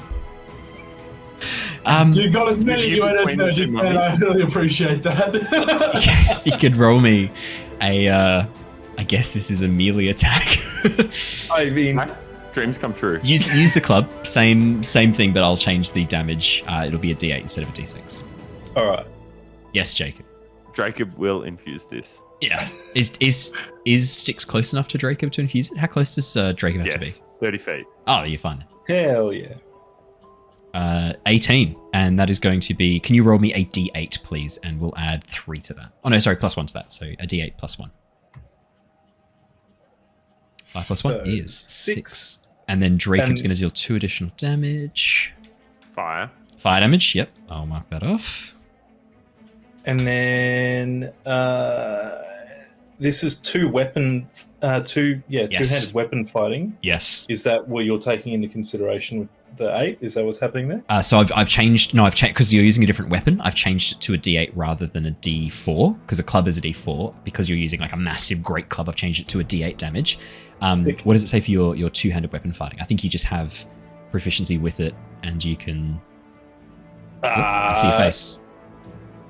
Oh yeah, no, that's just if I can re-roll 1s or 2s on damage dice, so that's perfect. And then I'm going to do it again, and ignore the plane trying to land in my backyard. Fantastic. Sorry, you're going to try and beat off one mummy with another mummy again? Hell yeah, I'm going to just mummy on mummy action is what's going on here tonight. 20 hits. You can re-roll 1s and 2s, but you do anyway because you need to roll a D8 for me, regardless. I do. It's happening now. 6. Brilliant. And can I also please get you to roll me a D6 fire damage from the flaming mummy? Yeah, I can do that for you. Styx, how do you want to do this? 5 points of additional fire damage. That's enough. I'm literally just Finish off these no mummies. emotion, nothing Yep. going on. I'm just gonna make sure that this mummy gets off by destroying it. Yep. As you blow this mummy away using the other mummy, the music that you suddenly realize had been playing in the background, this intense like dun dun dun dun dun dun dun dun, dun, suddenly stops and the bird song resumes. And as the two toys fall to the ground and fall back into pieces, from the center of the room you watch as this almost like see-through spirit slowly rises. The effect is rather somewhat ruined when you can see there's a small string slowly pulling it up towards the fake sky above. And as you watch as the spirit, like with its hands folded, goes, "I am released from my curse. Thank you, brave adventurers. You have proved you have killer bods."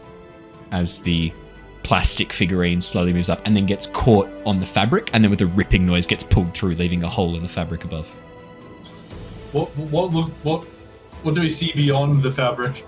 As you look up, you can see what looks like a large vaulted wooden roof inside of maybe like a tavern or something, maybe a wooden home. Does this mean that we have mummy killer bods?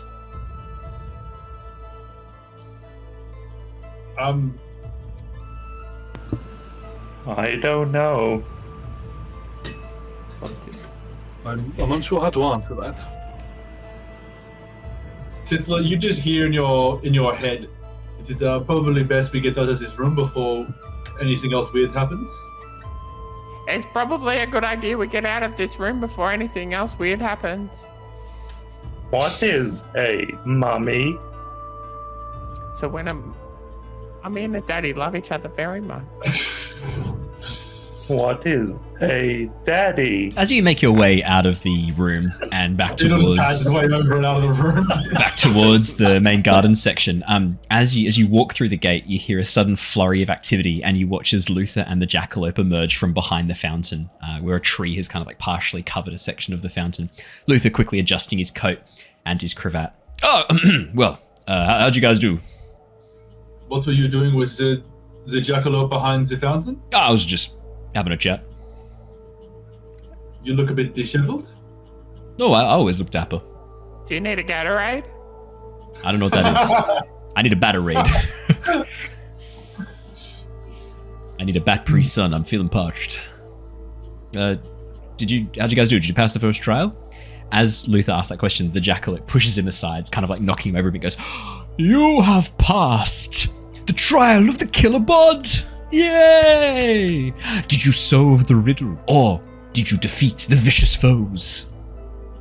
I'd like to work out what happened with this riddle here. No riddle? Jackalope gets lonely sometimes. Are you ready for the next? Are you ready for the next deadly trial to prove yourselves as worthy toys? I just like to. I talk telepathic in that level, so I can talk in. Yes. Into the jackalope's head. You said solves the riddle or beats the money. We did both. Oh, we have some overachievers here. No, only one was necessary. Oh, well, what answer did you give for the riddle? Well, the correct answer, of course. The jackalope does not give wrong answers to riddles. Well, same here, but what answer did you say? Well, the correct answer, of course. What was the riddle again? I measure life in hours. I get devoured. The skinnier I am, the fatter I am. Candle was the correct Fatter answer. I am, the Everybody knows skinnier. that. Wind is my foe. Yes, Yeah. but then Candle. what did they fight us? Did you answer the riddle, or did you put some bones in to start assembling the bodies? We did both. Oh, well then that's why you had to do both. One would have been sufficient. If you just walked out of the room, you would have been fine. You'd answered the riddle correctly. Trial passed. But we did not know the riddle until we put the bones in. Oh, that's foolish, isn't it? Why didn't you do it properly? Where else was the riddle? Are you telling me you didn't open the sarcophagi first? I tried. Well, not very well then, did you? Can I shoot this thing, please? Anyone? Anyone Is it alright? evil? Is murder bad or good? I have forgotten. Conditional. It is good when they are annoying. Okay. Remember, who do you have to kill if you see them on sight? Mothers. Close enough. Alright, let's we'll make the jackalope eat a bean later. Oh, I am looking forward to a celebratory bean. Well, which trial will you do next? Courage or wit? Whatever Wait, is so the riddle wasn't the wit one? No, that was the trial of the killer bot. Huh. We're just gonna go down here. Because of all the dead bodies. You just lie to us anyway. Killer bot. No, I get it now. I didn't get it at the start, but I get it now. Is that Tithla or Jacob saying that? No one knows. As you make your way down through the second corridor, moving towards the south, you step through a large, ornate archway, revealing what looks like a gorgeous, almost like a courtyard garden. Cobbled stone, bricks being laid out, trees in planter boxes around the edges, as well as some stone tables and stone chairs for people to sit down and enjoy a bit of quiet time. In the very center is a large statue of what looks like an enormous bear-like creature. Owl feathers, beak, and claws, however, and these small, almost like vestigial wings coming off the side. Along the base, you can see there is some text written. I go down there to read it out loud. Fantastic. As you read out loud, Jonor, you see written in common, 3 lives have I, gentle enough to soothe the skin, light enough to caress the sky, hard enough to crack rocks. I'll put it in chat so you can see it anytime you want. So 3 lives have I, gentle enough to soothe the skin, light enough to caress the sky, hard enough to crack rocks. And that's what you see. Hammer. Do you say that out loud? No. Actually, I'm going to rule that you do. As you say that out loud, you watch... I can't talk right now. I'm still in bear form. Shit. Oh, suck it. Oh, But I did hear someone say moisturizer. Tithla, a little jar falls from the roof and clatters onto the ground. You see it's a jar of what looks like moisturizer. I could have used this 3 weeks ago, 2 days ago, when I was covered in severe burns, trying to rehydrate my skin. Why is this now that it comes? This spot sucks. You don't want to know what happened to you in there, Tithla. Jonor just shudders at the memory. I'm sorry. Moisturizer wasn't going to do that. What are you talking about? What don't I want to know that happened to me? This just we were just making jokes about mummies, and now this got real. What don't I want to know about?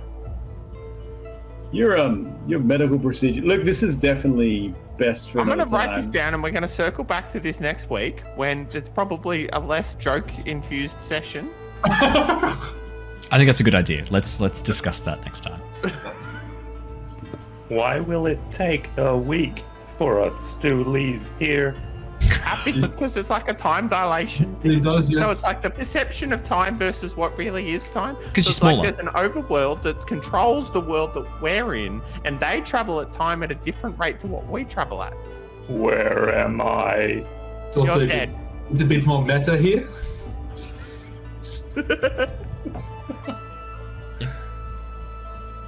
Only like 3.5 walls, perhaps.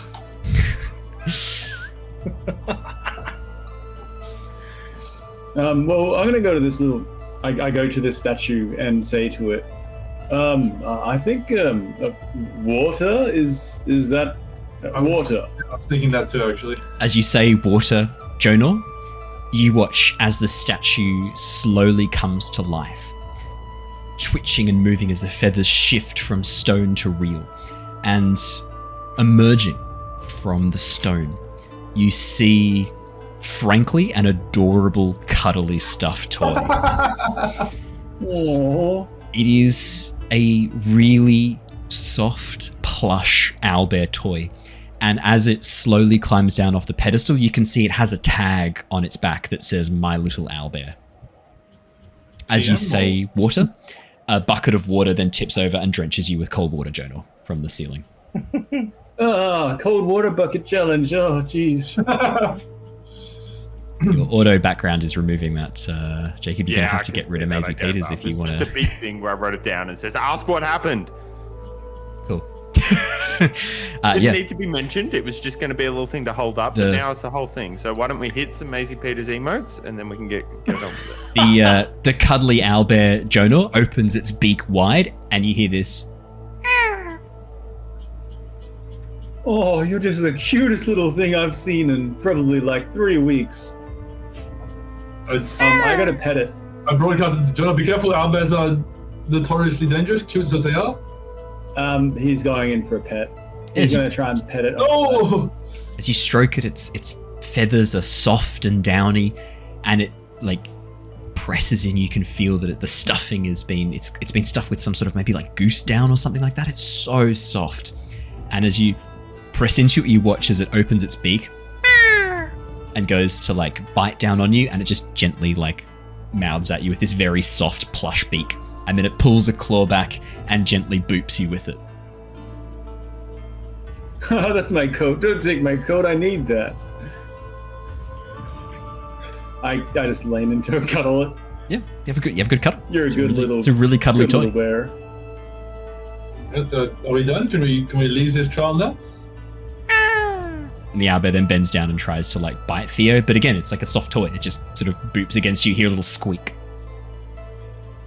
Owen, can I roll for introspection for a moment? Like, I've got this big old clockwork key coming out my back. I've got goopy, weird fart powers going on. You've chosen this. This wasn't in the brief. Yeah, and he wants to ask why. He's trying to work it out. That Styx in a nutshell. He wants to ask why, but like, I've got. Everyone else has weapons. Why is of the Styx mummy just issue? kind of we like went over this. Rocked up with nothing going on? Can I like, I don't know, like throw my hands forward and see if anything falls out that I can use that's actually decent as a weapon? Yeah. Styx, could you please roll me a D100? I'm gonna do that. 66. Styx, as you thrust your hands forward, Spider-Man style, like Tony Maguire in the first one, trying to get his like hands through the right thing, doing all the various combinations. I mean, there's this moment when nothing happens, and then with a sudden start, your chest pops open, and this beautiful sword springs out. This spring-loaded sword goes boing, and then clatters across the ground. It is made of this golden painted wood. You can see intricate designs have been carved across it, and it's actually almost slightly glowing with this light from within. There I am. I'm gonna go pick it up. Yes, I was going to see about taking the key out of your back and giving you a keyblade. Ooh. That would have worked too. That was another legitimate way to give Styx his sword. So I just sproyoinged, and now I've got a blade? Yeah. Okay. Alright, well, I listen into the heartbeat of the animal and use comprehend languages to try and figure out what its little squeaks mean. Jonor, as you do comprehend... Is it comprehend languages you said? Comprehend animal. Yeah. No, comprehend languages. Languages, yeah. Okay, as you cast the spell, you feel the magic waft across you, the energy building deep within your soul. Can you roll me a D100? Because technically this isn't a language, but I also don't want to be a dick, and I kind of like this idea as a fun I thing. speak with animals if you want. It's okay, I'm happy to let Jonor do this as speak language. 83. Jonor, you're pretty sure it's saying, kill, when it's doing its squeak. Very good. There's just, like a statue, just frozen still. Guys, get it away. Get it away from me. I slowly step back. Can we just I walk get out? away from its wing. Can we just walk out? We answered the riddle. Can we not just leave? And do an animal handling to distract it away from Jonor. Yeah, sure. Like, here, alley, alley, alley. Here, alley, alley, alley. That's a Styx. Here, alley, alley, alley. The cuddly owlbear, the my little owlbear, and then rushes towards you, Tithla, and like basically tries to eat you, but it doesn't have an open like mouth hole. It just has this like soft beak, and so it just sort of like gently nuzzles you with its beak, and then sits back confused, looking down at you. So cute. Would Tithla understand that it was trying to eat? With an animal handling of 6? Nah, this thing's cute. It loves you. Oh, what a cutie. I mean, Tithla was going to then try and open up the mouth hole for it to be able to eat. So if that sways whether Tithla understood or not. No. I mean, it's been stitched. Like the beak has just been stitched on. There's no opening to allow this thing to consume. Are you trying to roll damage? Styx, are you attacking this thing? No. Sorry. Okay. I'm just testing it. Suddenly have a sword now, and I'm trying to make it sense. That's it. You got it all sorted. Shall we just leave? Yeah, I get out of here. It's trying to kill me. Jonor. No, it's not. As you guys leave and you begin heading back out, seeing Styx's sword for the first time, could I get you to please roll me a Arcana check? 13. Jonor, there's something familiar about the sword Styx is holding. You can't put your finger on it, but there's something familiar about it. Something important. Seems... You feel like you've seen it somewhere before. Not the blade, but... the hilt, maybe. You've seen it somewhere before. Something's there. Something's there. Might have part of it. You know? Who knows? Yeah.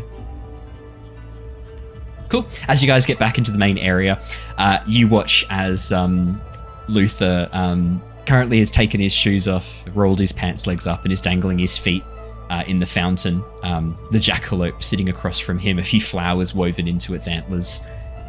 Luther has a few flowers woven into his hair. And as you get back, the jackalope turns around. Did you solve the test of courage? Yes. It wasn't really a test, I don't think. You faced off against one of nature's most deadly beasts, the owlbear. Yes? It was very friendly. That's not right. It shouldn't have been friendly. It should have been terrifying. You should have had to dig deep within yourselves to find reserves of courage you did not know that you had. I did, and I found this. Oh, I didn't mean literally dig deep within yourself. Does not matter. Well done. Congratulations to you all. You have completed 2 of the 3 trials of worthiness. But the test of wit remains to you. I'd just like to think very selectively, telepathically broadcast to just my friends who we are so killing this jackalope before we leave here. Just, this thing must die. I think Styx is just going to turn to Theodore and say, "Do we kill it now?" No. I said no and then cut Styx out of this telepathic broadcast. I'd really like to. Luther, who's like kicking his legs in the water, goes, I don't know, seems all right.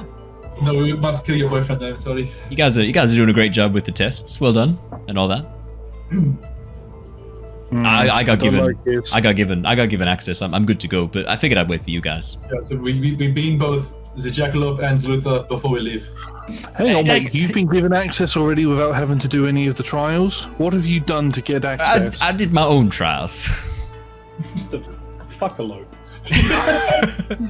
I completed my own trials. It's all good. I'm sorted. But it's only the trial of wit left. You guys are pretty clever. You'll be fine. Jonor, you're an academic. You've read books. Yeah, no, I got all the what we need. We hardly need anyone else. You've got brains like Grinner has muscle. Oh. You'll be fine. You'll be fine. You got this. Can I roll for Evil Rabbit? Evil Rabbit. Is that an insight check to see if you can figure out what the jackalope's deal is? Hey man, you tell me. Insight check, I guess. But like it's open to interpretation. Can I roll for Evil Rabbit? Like, are you Donnie Darkoing? Are you like wearing the rabbit? Like, are you trying to find out what it's up to? I feel like Luther's already worn the rabbit. That's what Killian's not happy about. Insight check with advantage because of that joke. That was good. That was good. I appreciated that. That was funny. 19's a great start. 9's not so great. Okay, we'll take the 19. Styx. This rabbit, it doesn't really look like a toy. At first you kind of got the impression that it was, but it looks real.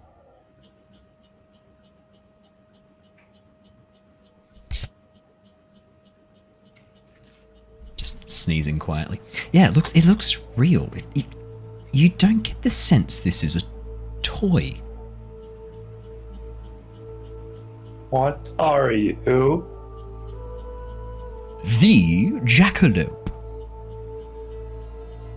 Are you the only one of your kind? Of course, I am the jackalope. There can only be one jackalope, otherwise I'm a jackalope.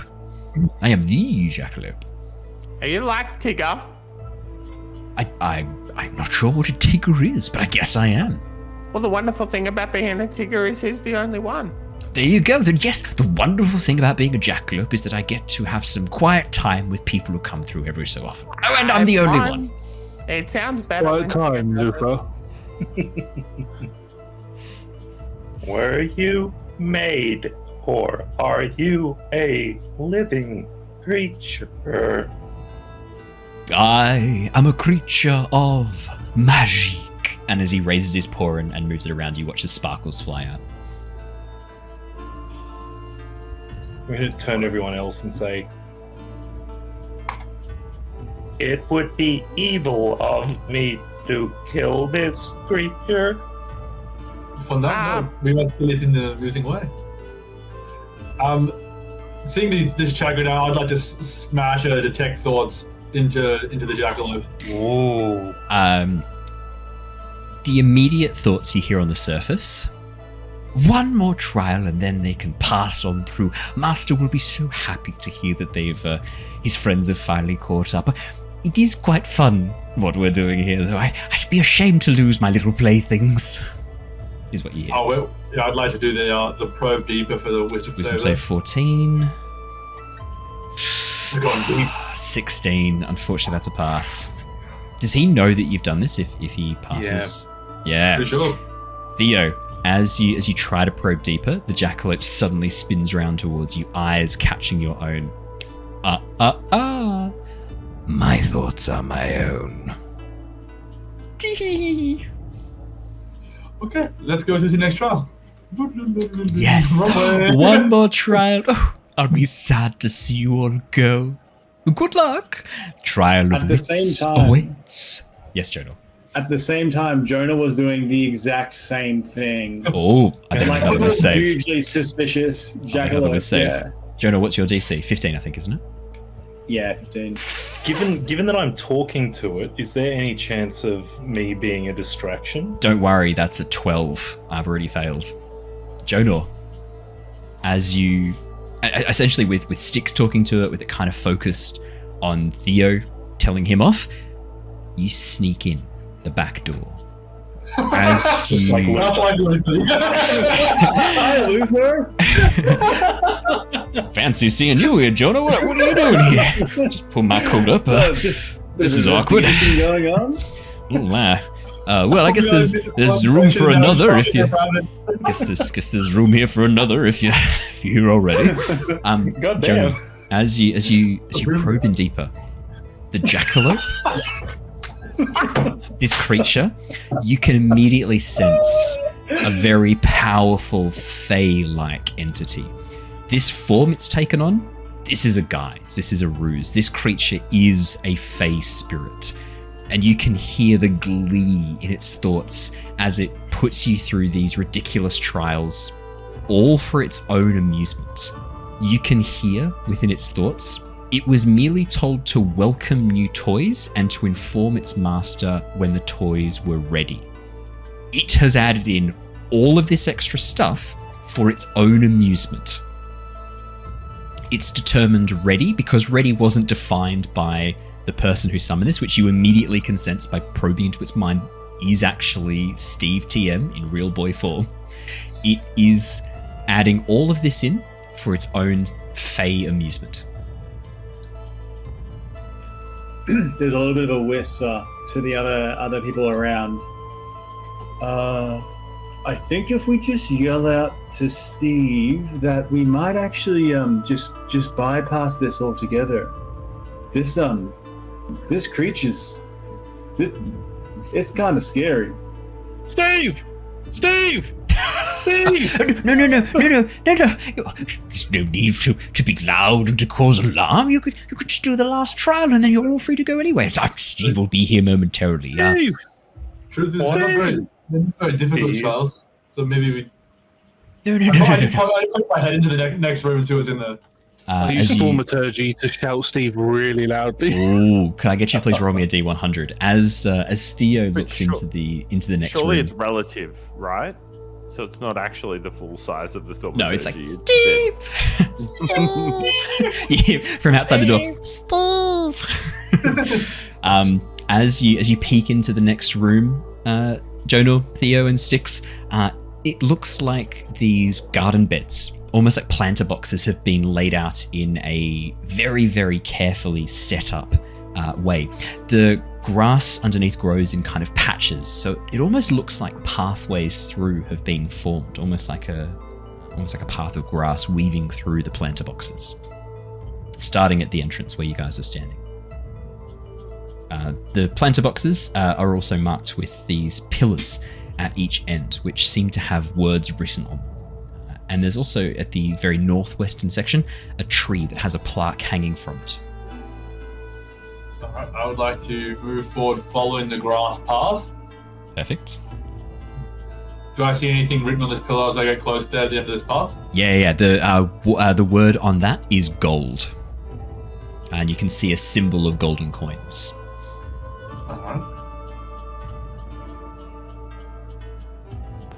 Styx is going to immediately move off the path.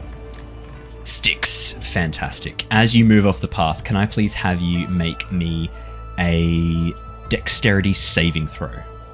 Hell yeah, you can. And I get a +1 to all of my dex things because I'm special boy. Fantastic. That is a 16. That is a pass. 15 would not have been enough. As you step off the pathway, there's a rumble, and emerging from the soil, you see a robot bullet. Suddenly emerge from the ground, causing you to stumble back and tip onto the pathway as this robullet emerges you. And then it disappears back below the dirt, burrowing back down again. Brother.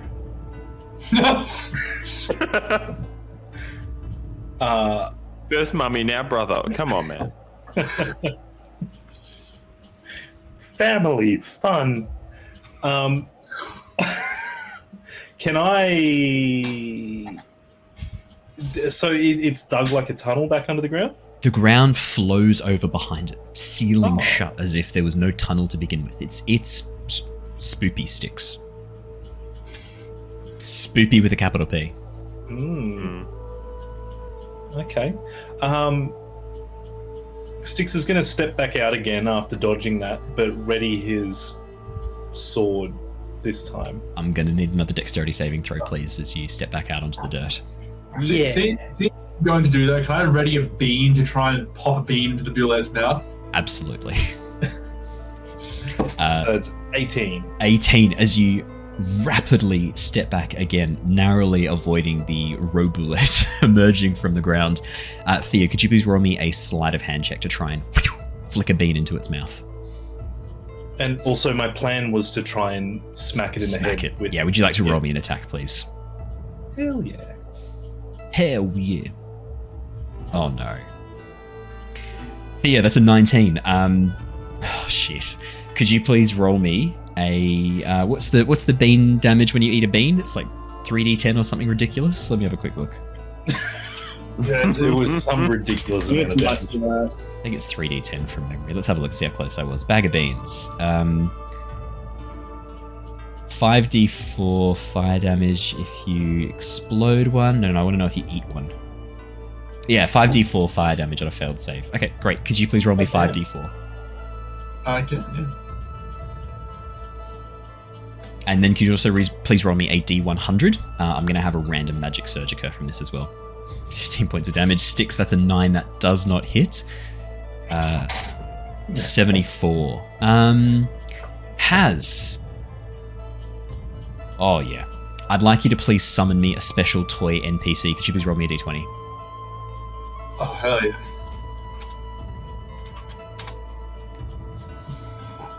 What have we got? 15? Brilliant. As the fire damage detonates in the bullet's mouth, you watch as it roars, its head tipping backwards, as a small toy falls out of its mouth. You watch as a very, very pudgy looking child made of like stuffed clothing, stuffed hands, but then like a plastic, almost porcelain-like face with what looks like real hair drops out of the bullet's mouth. Hello, I'm Belinda. I'm a Cabbage Patch Kid. Thank you for freeing me. I hate that. You are welcome, Melinda. It is our honor to save you from the Robulette. Oh, I've been trapped in its mouth ever since I failed the trial of wit. Is this thing evil? I think it's just hungry. No, Belinda is not evil. Styx is dead set ready with the two-handed sword. The robulette drops back below the earth after the explosion sort of like knocks it dizzy for a few seconds before it dives back below the earth. Killian and Jonor and Tithla, feel free to like just shout out. I know these guys are dicking about with this thing, but feel free to call out. No, I'm happy. Okay, cool. Oh, I'm still calling Steve. You're still calling Steve, which translates to out in the world, Steve. So that's it. Yeah. After that, I'll continue on the path and see what's at the end of it with this little... Perfect. You can see the tree has written on it in a very gorgeous flowing script. The cost of making only the maker knows. Valueless if bought, but sometimes traded. A poor man may give one as easily as a king. When one is broken, pain and deceit are assured. What does it say? The cost of making only the maker knows. Valueless if bought, but sometimes traded. A poor man may give one as easily as a king. When one is broken, pain and deceit are assured. Thank you, Owen, but I asked Theodore, actually. Sorry, Theo. Could you do that for me, please? Is the cost of the making only the maker knows? We don't have to do it again, that's fine. You do. You asked. But sometimes traded. Poor man may give one. Oh yeah? What is it? Yeah, I know this one. It's child. As you call out child, Tithla, there is a sudden rumbling from beneath you. Could you please make me a dexterity saving throw? I would love to. What is broken, pain, and deceit?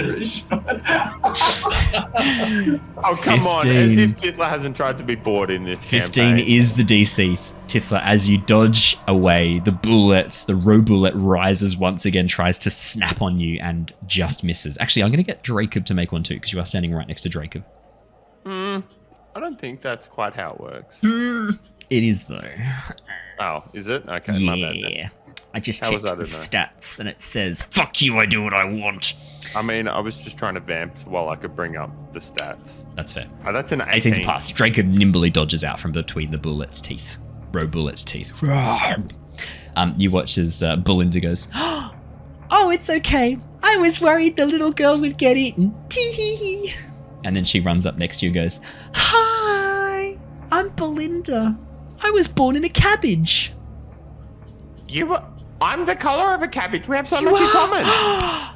Are you my Cabbage Patch pal? Are you my Cabbage Patch pal? You know I am.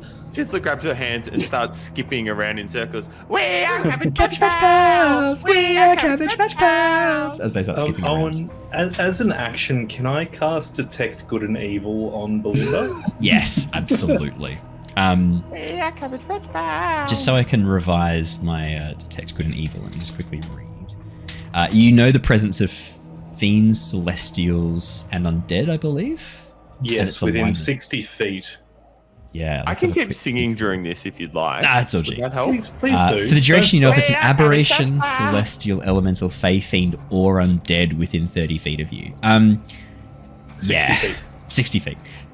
This thing's an aberration, this Cabbage Patch Kid. This is the darkest, most disgusting eldritch god horror you've ever seen. This thing is dripping with ancient malice and unknowable evil. While they're singing and spinning around holding hands, Styx charges towards it and with his great sword just attempts to cleave it straight down Clefts the it middle. in twain. Could you please roll me an attack against Belinda? She ain't gonna like this, buddy. Can I propose that so Tithla is good. potentially providing some cover in this? Sure. In that case, they're moving around in that case, like, I'll give this a -2. Styx, that's going to hit Tithla in that case if it's only a 4. Good. No, kidding. As you slam down the blade, Styx, I mean, you are a little bit worried about hitting Tithla. You had been informed Tithla was good, therefore you cannot attack her. And right at the last minute, as they're spinning around, you know you can't strike Tithla. You slam the blade down into the dirt, narrowly missing Belinda. Belinda looks at the blade, looks up at you. Did you just try to off little old me? Aberration. Exterminate! The only berating I like to do is when I'm telling dessert there's not enough of it. Tee. Okay, I kind of want to kill it now. I mean, I've got a second attack. Yeah, you can take it. Yeah. That's We fair. are cabbage patch pals. We are Cabbage Patch Pals. Praise Satan. We are Cabbage Patch Pals. That's another 6. Just slam down into the dirt again. Tithla's too close, man. She's too close. She's too close. She's too close. Shit. Meanwhile, Theo's been thinking of this riddle the entire time while this whole shenanigans is going on. Yeah, man. Yep. Wait, I think Theo, I worked it out. as you look around, there's lots of different words on each of these like stone pillars. These almost like little. Tithla, go on then. Say your thing, and then I'll tell you what Theo sees. Well, it's not child. Perhaps it's children. Tithla, from underneath you. So this is going to be Styx, Jonor, you, Cabbage Patch Pal, Belinda, and Dracob. I'm going to need deck saves from all 4 of you, please. Why? As an enormous bullet rises from the ground underneath your feet. And any saving throws, you get a Dex +1 save. from me. That's a natural 1 for Dracob. Well, no, +1, so it's 3. a 2. It's 3 total because it's. Okay. That's a natural 1 for Tithla. That's two. going to be a 9 total for Tithla. That's not fair. And 10 for Styx. Do you get the +1 as well, Styx? I do. What about So the 11. Cabbage Patch bitch? Is she in, what does it say? Does it say allies within? No, I just want to know what she gets. She's not getting my help. Oh, okay. Cabbage- She does not pass. You watch as Dracob, Belinda, and Tithla, the bullet rises from the ground, eats them, and then drops back below the ground. Tithla and Belinda, you hear from underneath the dirt, muffled from the stomach of the bullet. Tithla and Belinda and Dracob, that is going to be 12 points of bludgeoning damage. Good. A fist per Lucky I month. didn't take the damage before, or that would have You'd be knocked me dead. out. 12 points of bludgeoning damage, and you are restrained inside the stomach of the bullet. Love it. Meanwhile, Theo, as you've been looking through the things, you can see that there are a number of different symbols and words inscribed onto these, almost like what look like effigies. There's one of 2 people holding hands in the very center. You can see the gold that you looked at before, sword towards the north, a stick of bread down towards the south. On the tree here, there's a book, and then on the tree next to Dracob, there is what looks like a house. Well, I think the answer to this riddle is maybe a promise or something like that. As you call out promise, you watch as the bullet slowly rises from the ground, opens its mouth a little bit, and then spits out Tithla, Dracob, and Belinda. Could you ease that up? Belinda's porcelain face has cracked a little bit, and inside you can see these roiling mass of tentacles with a single blood red eye in the very center, slowly spinning in place as she holds Tithla's hand and goes, "Yay, freedom!" I know we're not doing rounds properly, but can I attack again? That's fair. That's fair. Well, I was just about to say... Yeah. We are Cabbage Patch Pals, yeah. As you look into this single eye, Damn it. you hear, "We are Cabbage Patch Pals, we are Cabbage Patch Pals," as the voice shifts pitch a little bit. Is that a natural... What did you roll, Jared? Jared, what did you roll, Raph? I can't see it. Might be one. Where? I can't see it. Natural one. Oh, mine's not coming up on here. How have you've rolled 2 2s and a 1? I know, it's a lot of bad numbers. I don't think you're allowed to hit Belinda, unfortunately. It's not allowed. Yeah, I mean, I've got a second attack. Would you like to make your Tithla, though, right? second That'd be attack? rude. I really want to make a second attack. Go on then. Oh, it's so much There better. we go. Now I can see the natural one. It's come through now. 16? I'll take it. 7 slashing damage. No, you're rolling this two-handed, aren't you? So 8 slashing damage. Do you add anything else to that, or is it just the 8 slashing damage? I think there's a... No, that's it. That's it. As you slam the sword down, you cleft Belinda in twain. As the mask splits and the fabric breaks apart, you watch as this horrible mass of dripping black oil rises, the single eye in the center. "Finally, I am free." And then it slowly rises up, disappearing through the fabric and the roof. We are Cabbage Patch Pals, Tithla. As it disappears. Forever. Well, I think we solved the trial of wit, maybe? Let's get the fuck out of here. As you make your way back to the central room, you can see Luther is currently slowly feeding a piece of cheese into the jackalope's mouth. And as you emerge back in, he laughs a little bit and then waves you guys back over. The jackalope reaches behind and pulls out 4 eggs, handing one to each of you. Luther already has one tucked under his coat. As you are past each of these beautifully painted eggs, the jackalope smiles. Well done indeed. You all did so well. My little trials are complete. I think it might be time to... And then with that, you watch as suddenly the sky is lifted up. Killian, who has continued to shout, "Steve!" this whole time, as the sky is lifted up, you watch as a life-sized Steve TM, but looking much younger, much more like a young lad, maybe in 14, 15, looks down and smiles. "My friends, it is so good to see you once again. How are you all doing?" What the fuck is that? "I am Steve, the real boy, TM. Steve, where is our dear friend Grinner? Yeah. Ooh." Makes a face. What does that Yeah, mean? that's what Jackalope said. I did try to tell find them. out about Brunner. He's in a better place. Oh, he's not. He's with He-Manus. They're in a box together. I thought we all agreed we hate Jimenez. He tried to kill us last time. Oh, that's right. It seemed like he was very sorry, though. I thought I'd give him a second chance. Do you know who this is? Pointing to the jackalope. Yes, this is my familiar, the jackalope. I summoned him using Fey magic.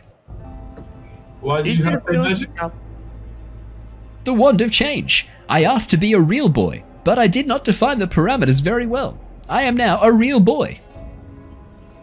With real powerful magic. As he jimmers his fingers and you watch his little sparks fly. Okay, Is this creature evil? the Steve TM or the Jackalope? Jackalope, very evil.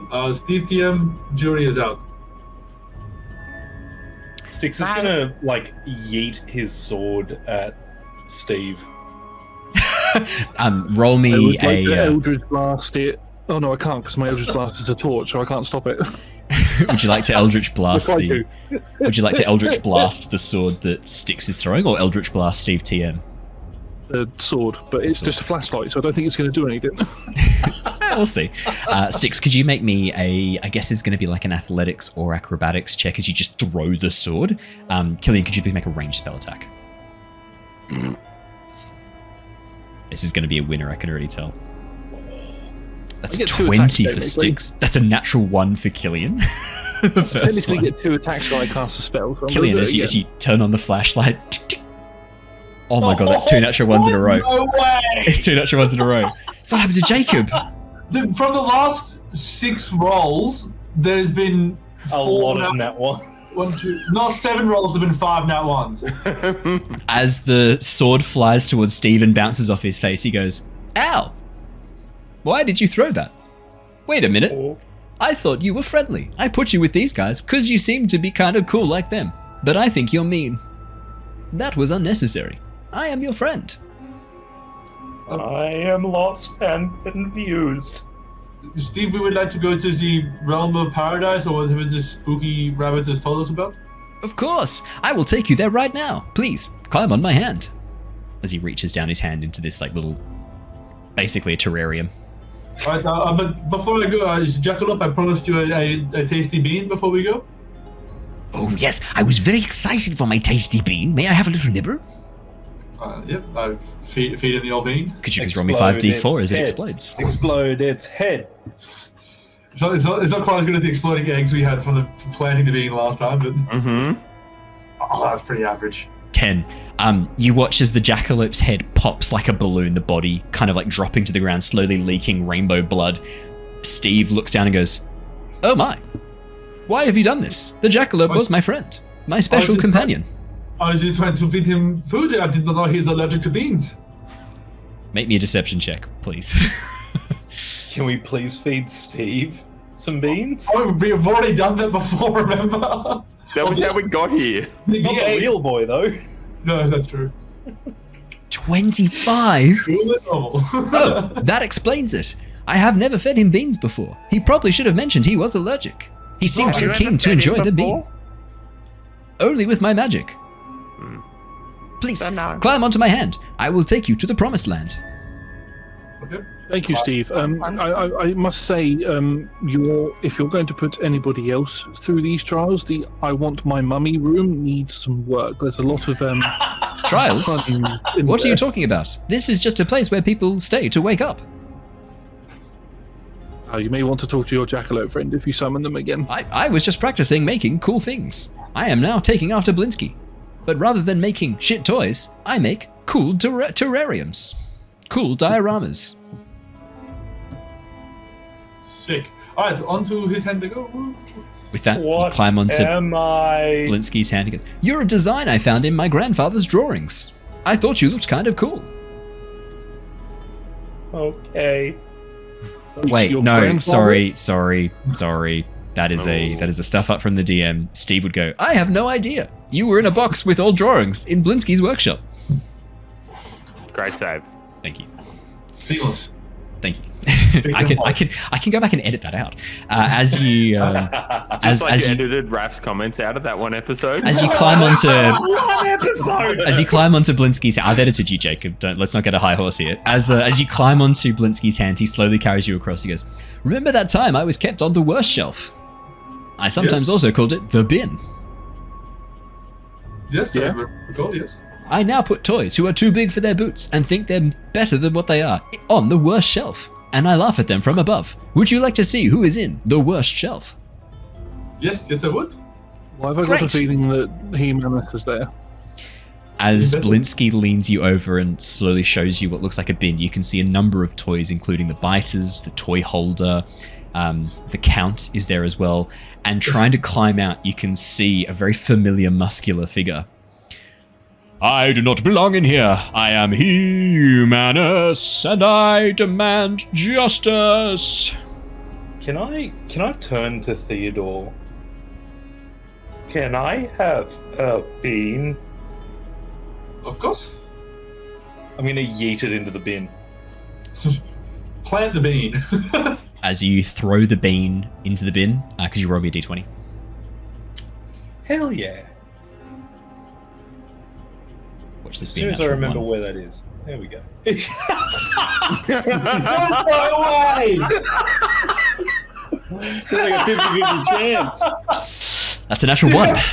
You watch as 5d4 toadstools, so 12 toadstools slowly begin sprouting on all the toys in the bin and begin puffing spores over them, causing them to slowly shift and transform.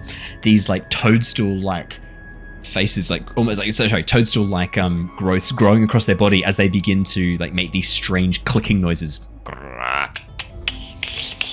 from inside the bin as they take on these much more zombie-like appearances. Steve goes, "Oh my, I think I'm going to have to kill it with fire." Did I just The Last of Us the bin? You did, yeah. As Steve takes you over towards a shelf filled with these beautifully constructed houses and a tiny town, a little like toy town version of Vallaki, with a little Ismark and a little arena waving from the sides. Blinsky slowly brings you closer, and then at the last second you hear from behind, "What is this? Abomination!" And as Steve turns, you see Blinsky in the doorway looking in. And that is where we're going to end for tonight's session. Thank you so much for joining us, everybody, for our Holy Passion of the shit. Blinsky. I love that we now have an ongoing, like, canon storyline occurring with the stupid adventures of this, which I actually just did as a joke. Someone's asked, is this actually Curse of Strahd? Yes, it is, but you've joined us for a special episode. We do a Blinsky-associated episode where all the characters are toys for a session. As a special event for like Easter, Halloween, and Christmas, we did our Easter one. And 4th of July, apparently. And 4th of July, apparently. We did our Easter one a little bit late. This is actually Curse of Strahd. Tonight is not a canon episode, though. This is one of our, like, well, it is kind of. Absolutely canon. Kind of What are you is. This, talking about? I want to go back and see if there's a real Steve TM in Blinsky's workshop. I feel like there has to be now. We do this, cowering in a a bit of a fun holiday joke, because it's quite fun to suddenly have a moment of extreme comedy mixed in with our Curse of Strahd campaign, which is not. Bleak. Chad did also put out a call for a Day of the Dead. I think it's Cinco de Mayo. Oh. Yeah. Hell yeah, that'd be fucking amazing. That would be really fun. Day of the Dead would be really good, actually. Okay, definitely. We can dress up for that too. 100%. Thank you so much for joining us, everybody. If you have made it to the end of this special Blinsky episode, thank you so much for sticking around. It's been lovely having you all here. If you're watching on YouTube or listening to us on the podcast, if you could leave a review if it's a podcast, or give it a thumbs up. If it's on YouTube, like or a comment or a subscribe is always super helpful. If you are listening to us on Spotify, don't forget to jump in that search bar, type in Maisie Peters. You don't have to do that. That one's not mandatory. In fact, every person who does that loses a D20 in their next D&D game. It's gone forever. That's replaced with a natural 1 from our Roll20 stream. If you're watching us, to give out. A lot of nat ones to give out from this session. yeah, exactly. It's they can only stay there every Maisie Peters emote is another natural 1 in the Roll20 bank. Don't forget that. So we will go and raid our lovely friends, the Eldritch Scribe, over, who are also playing some Dungeons & Dragons. I'll load up that raid right now. But for everyone who's joining us, thank you so much. Stay safe, stay well. We will see you all again super soon. Remember, Avatar is back. Thursday nights, 7 p.m. Australian Eastern Standard Time. We are so excited. It's going to be a great campaign. Until then, everybody, good night, farewell, and see you all soon. Goodbye! Bye! Bye.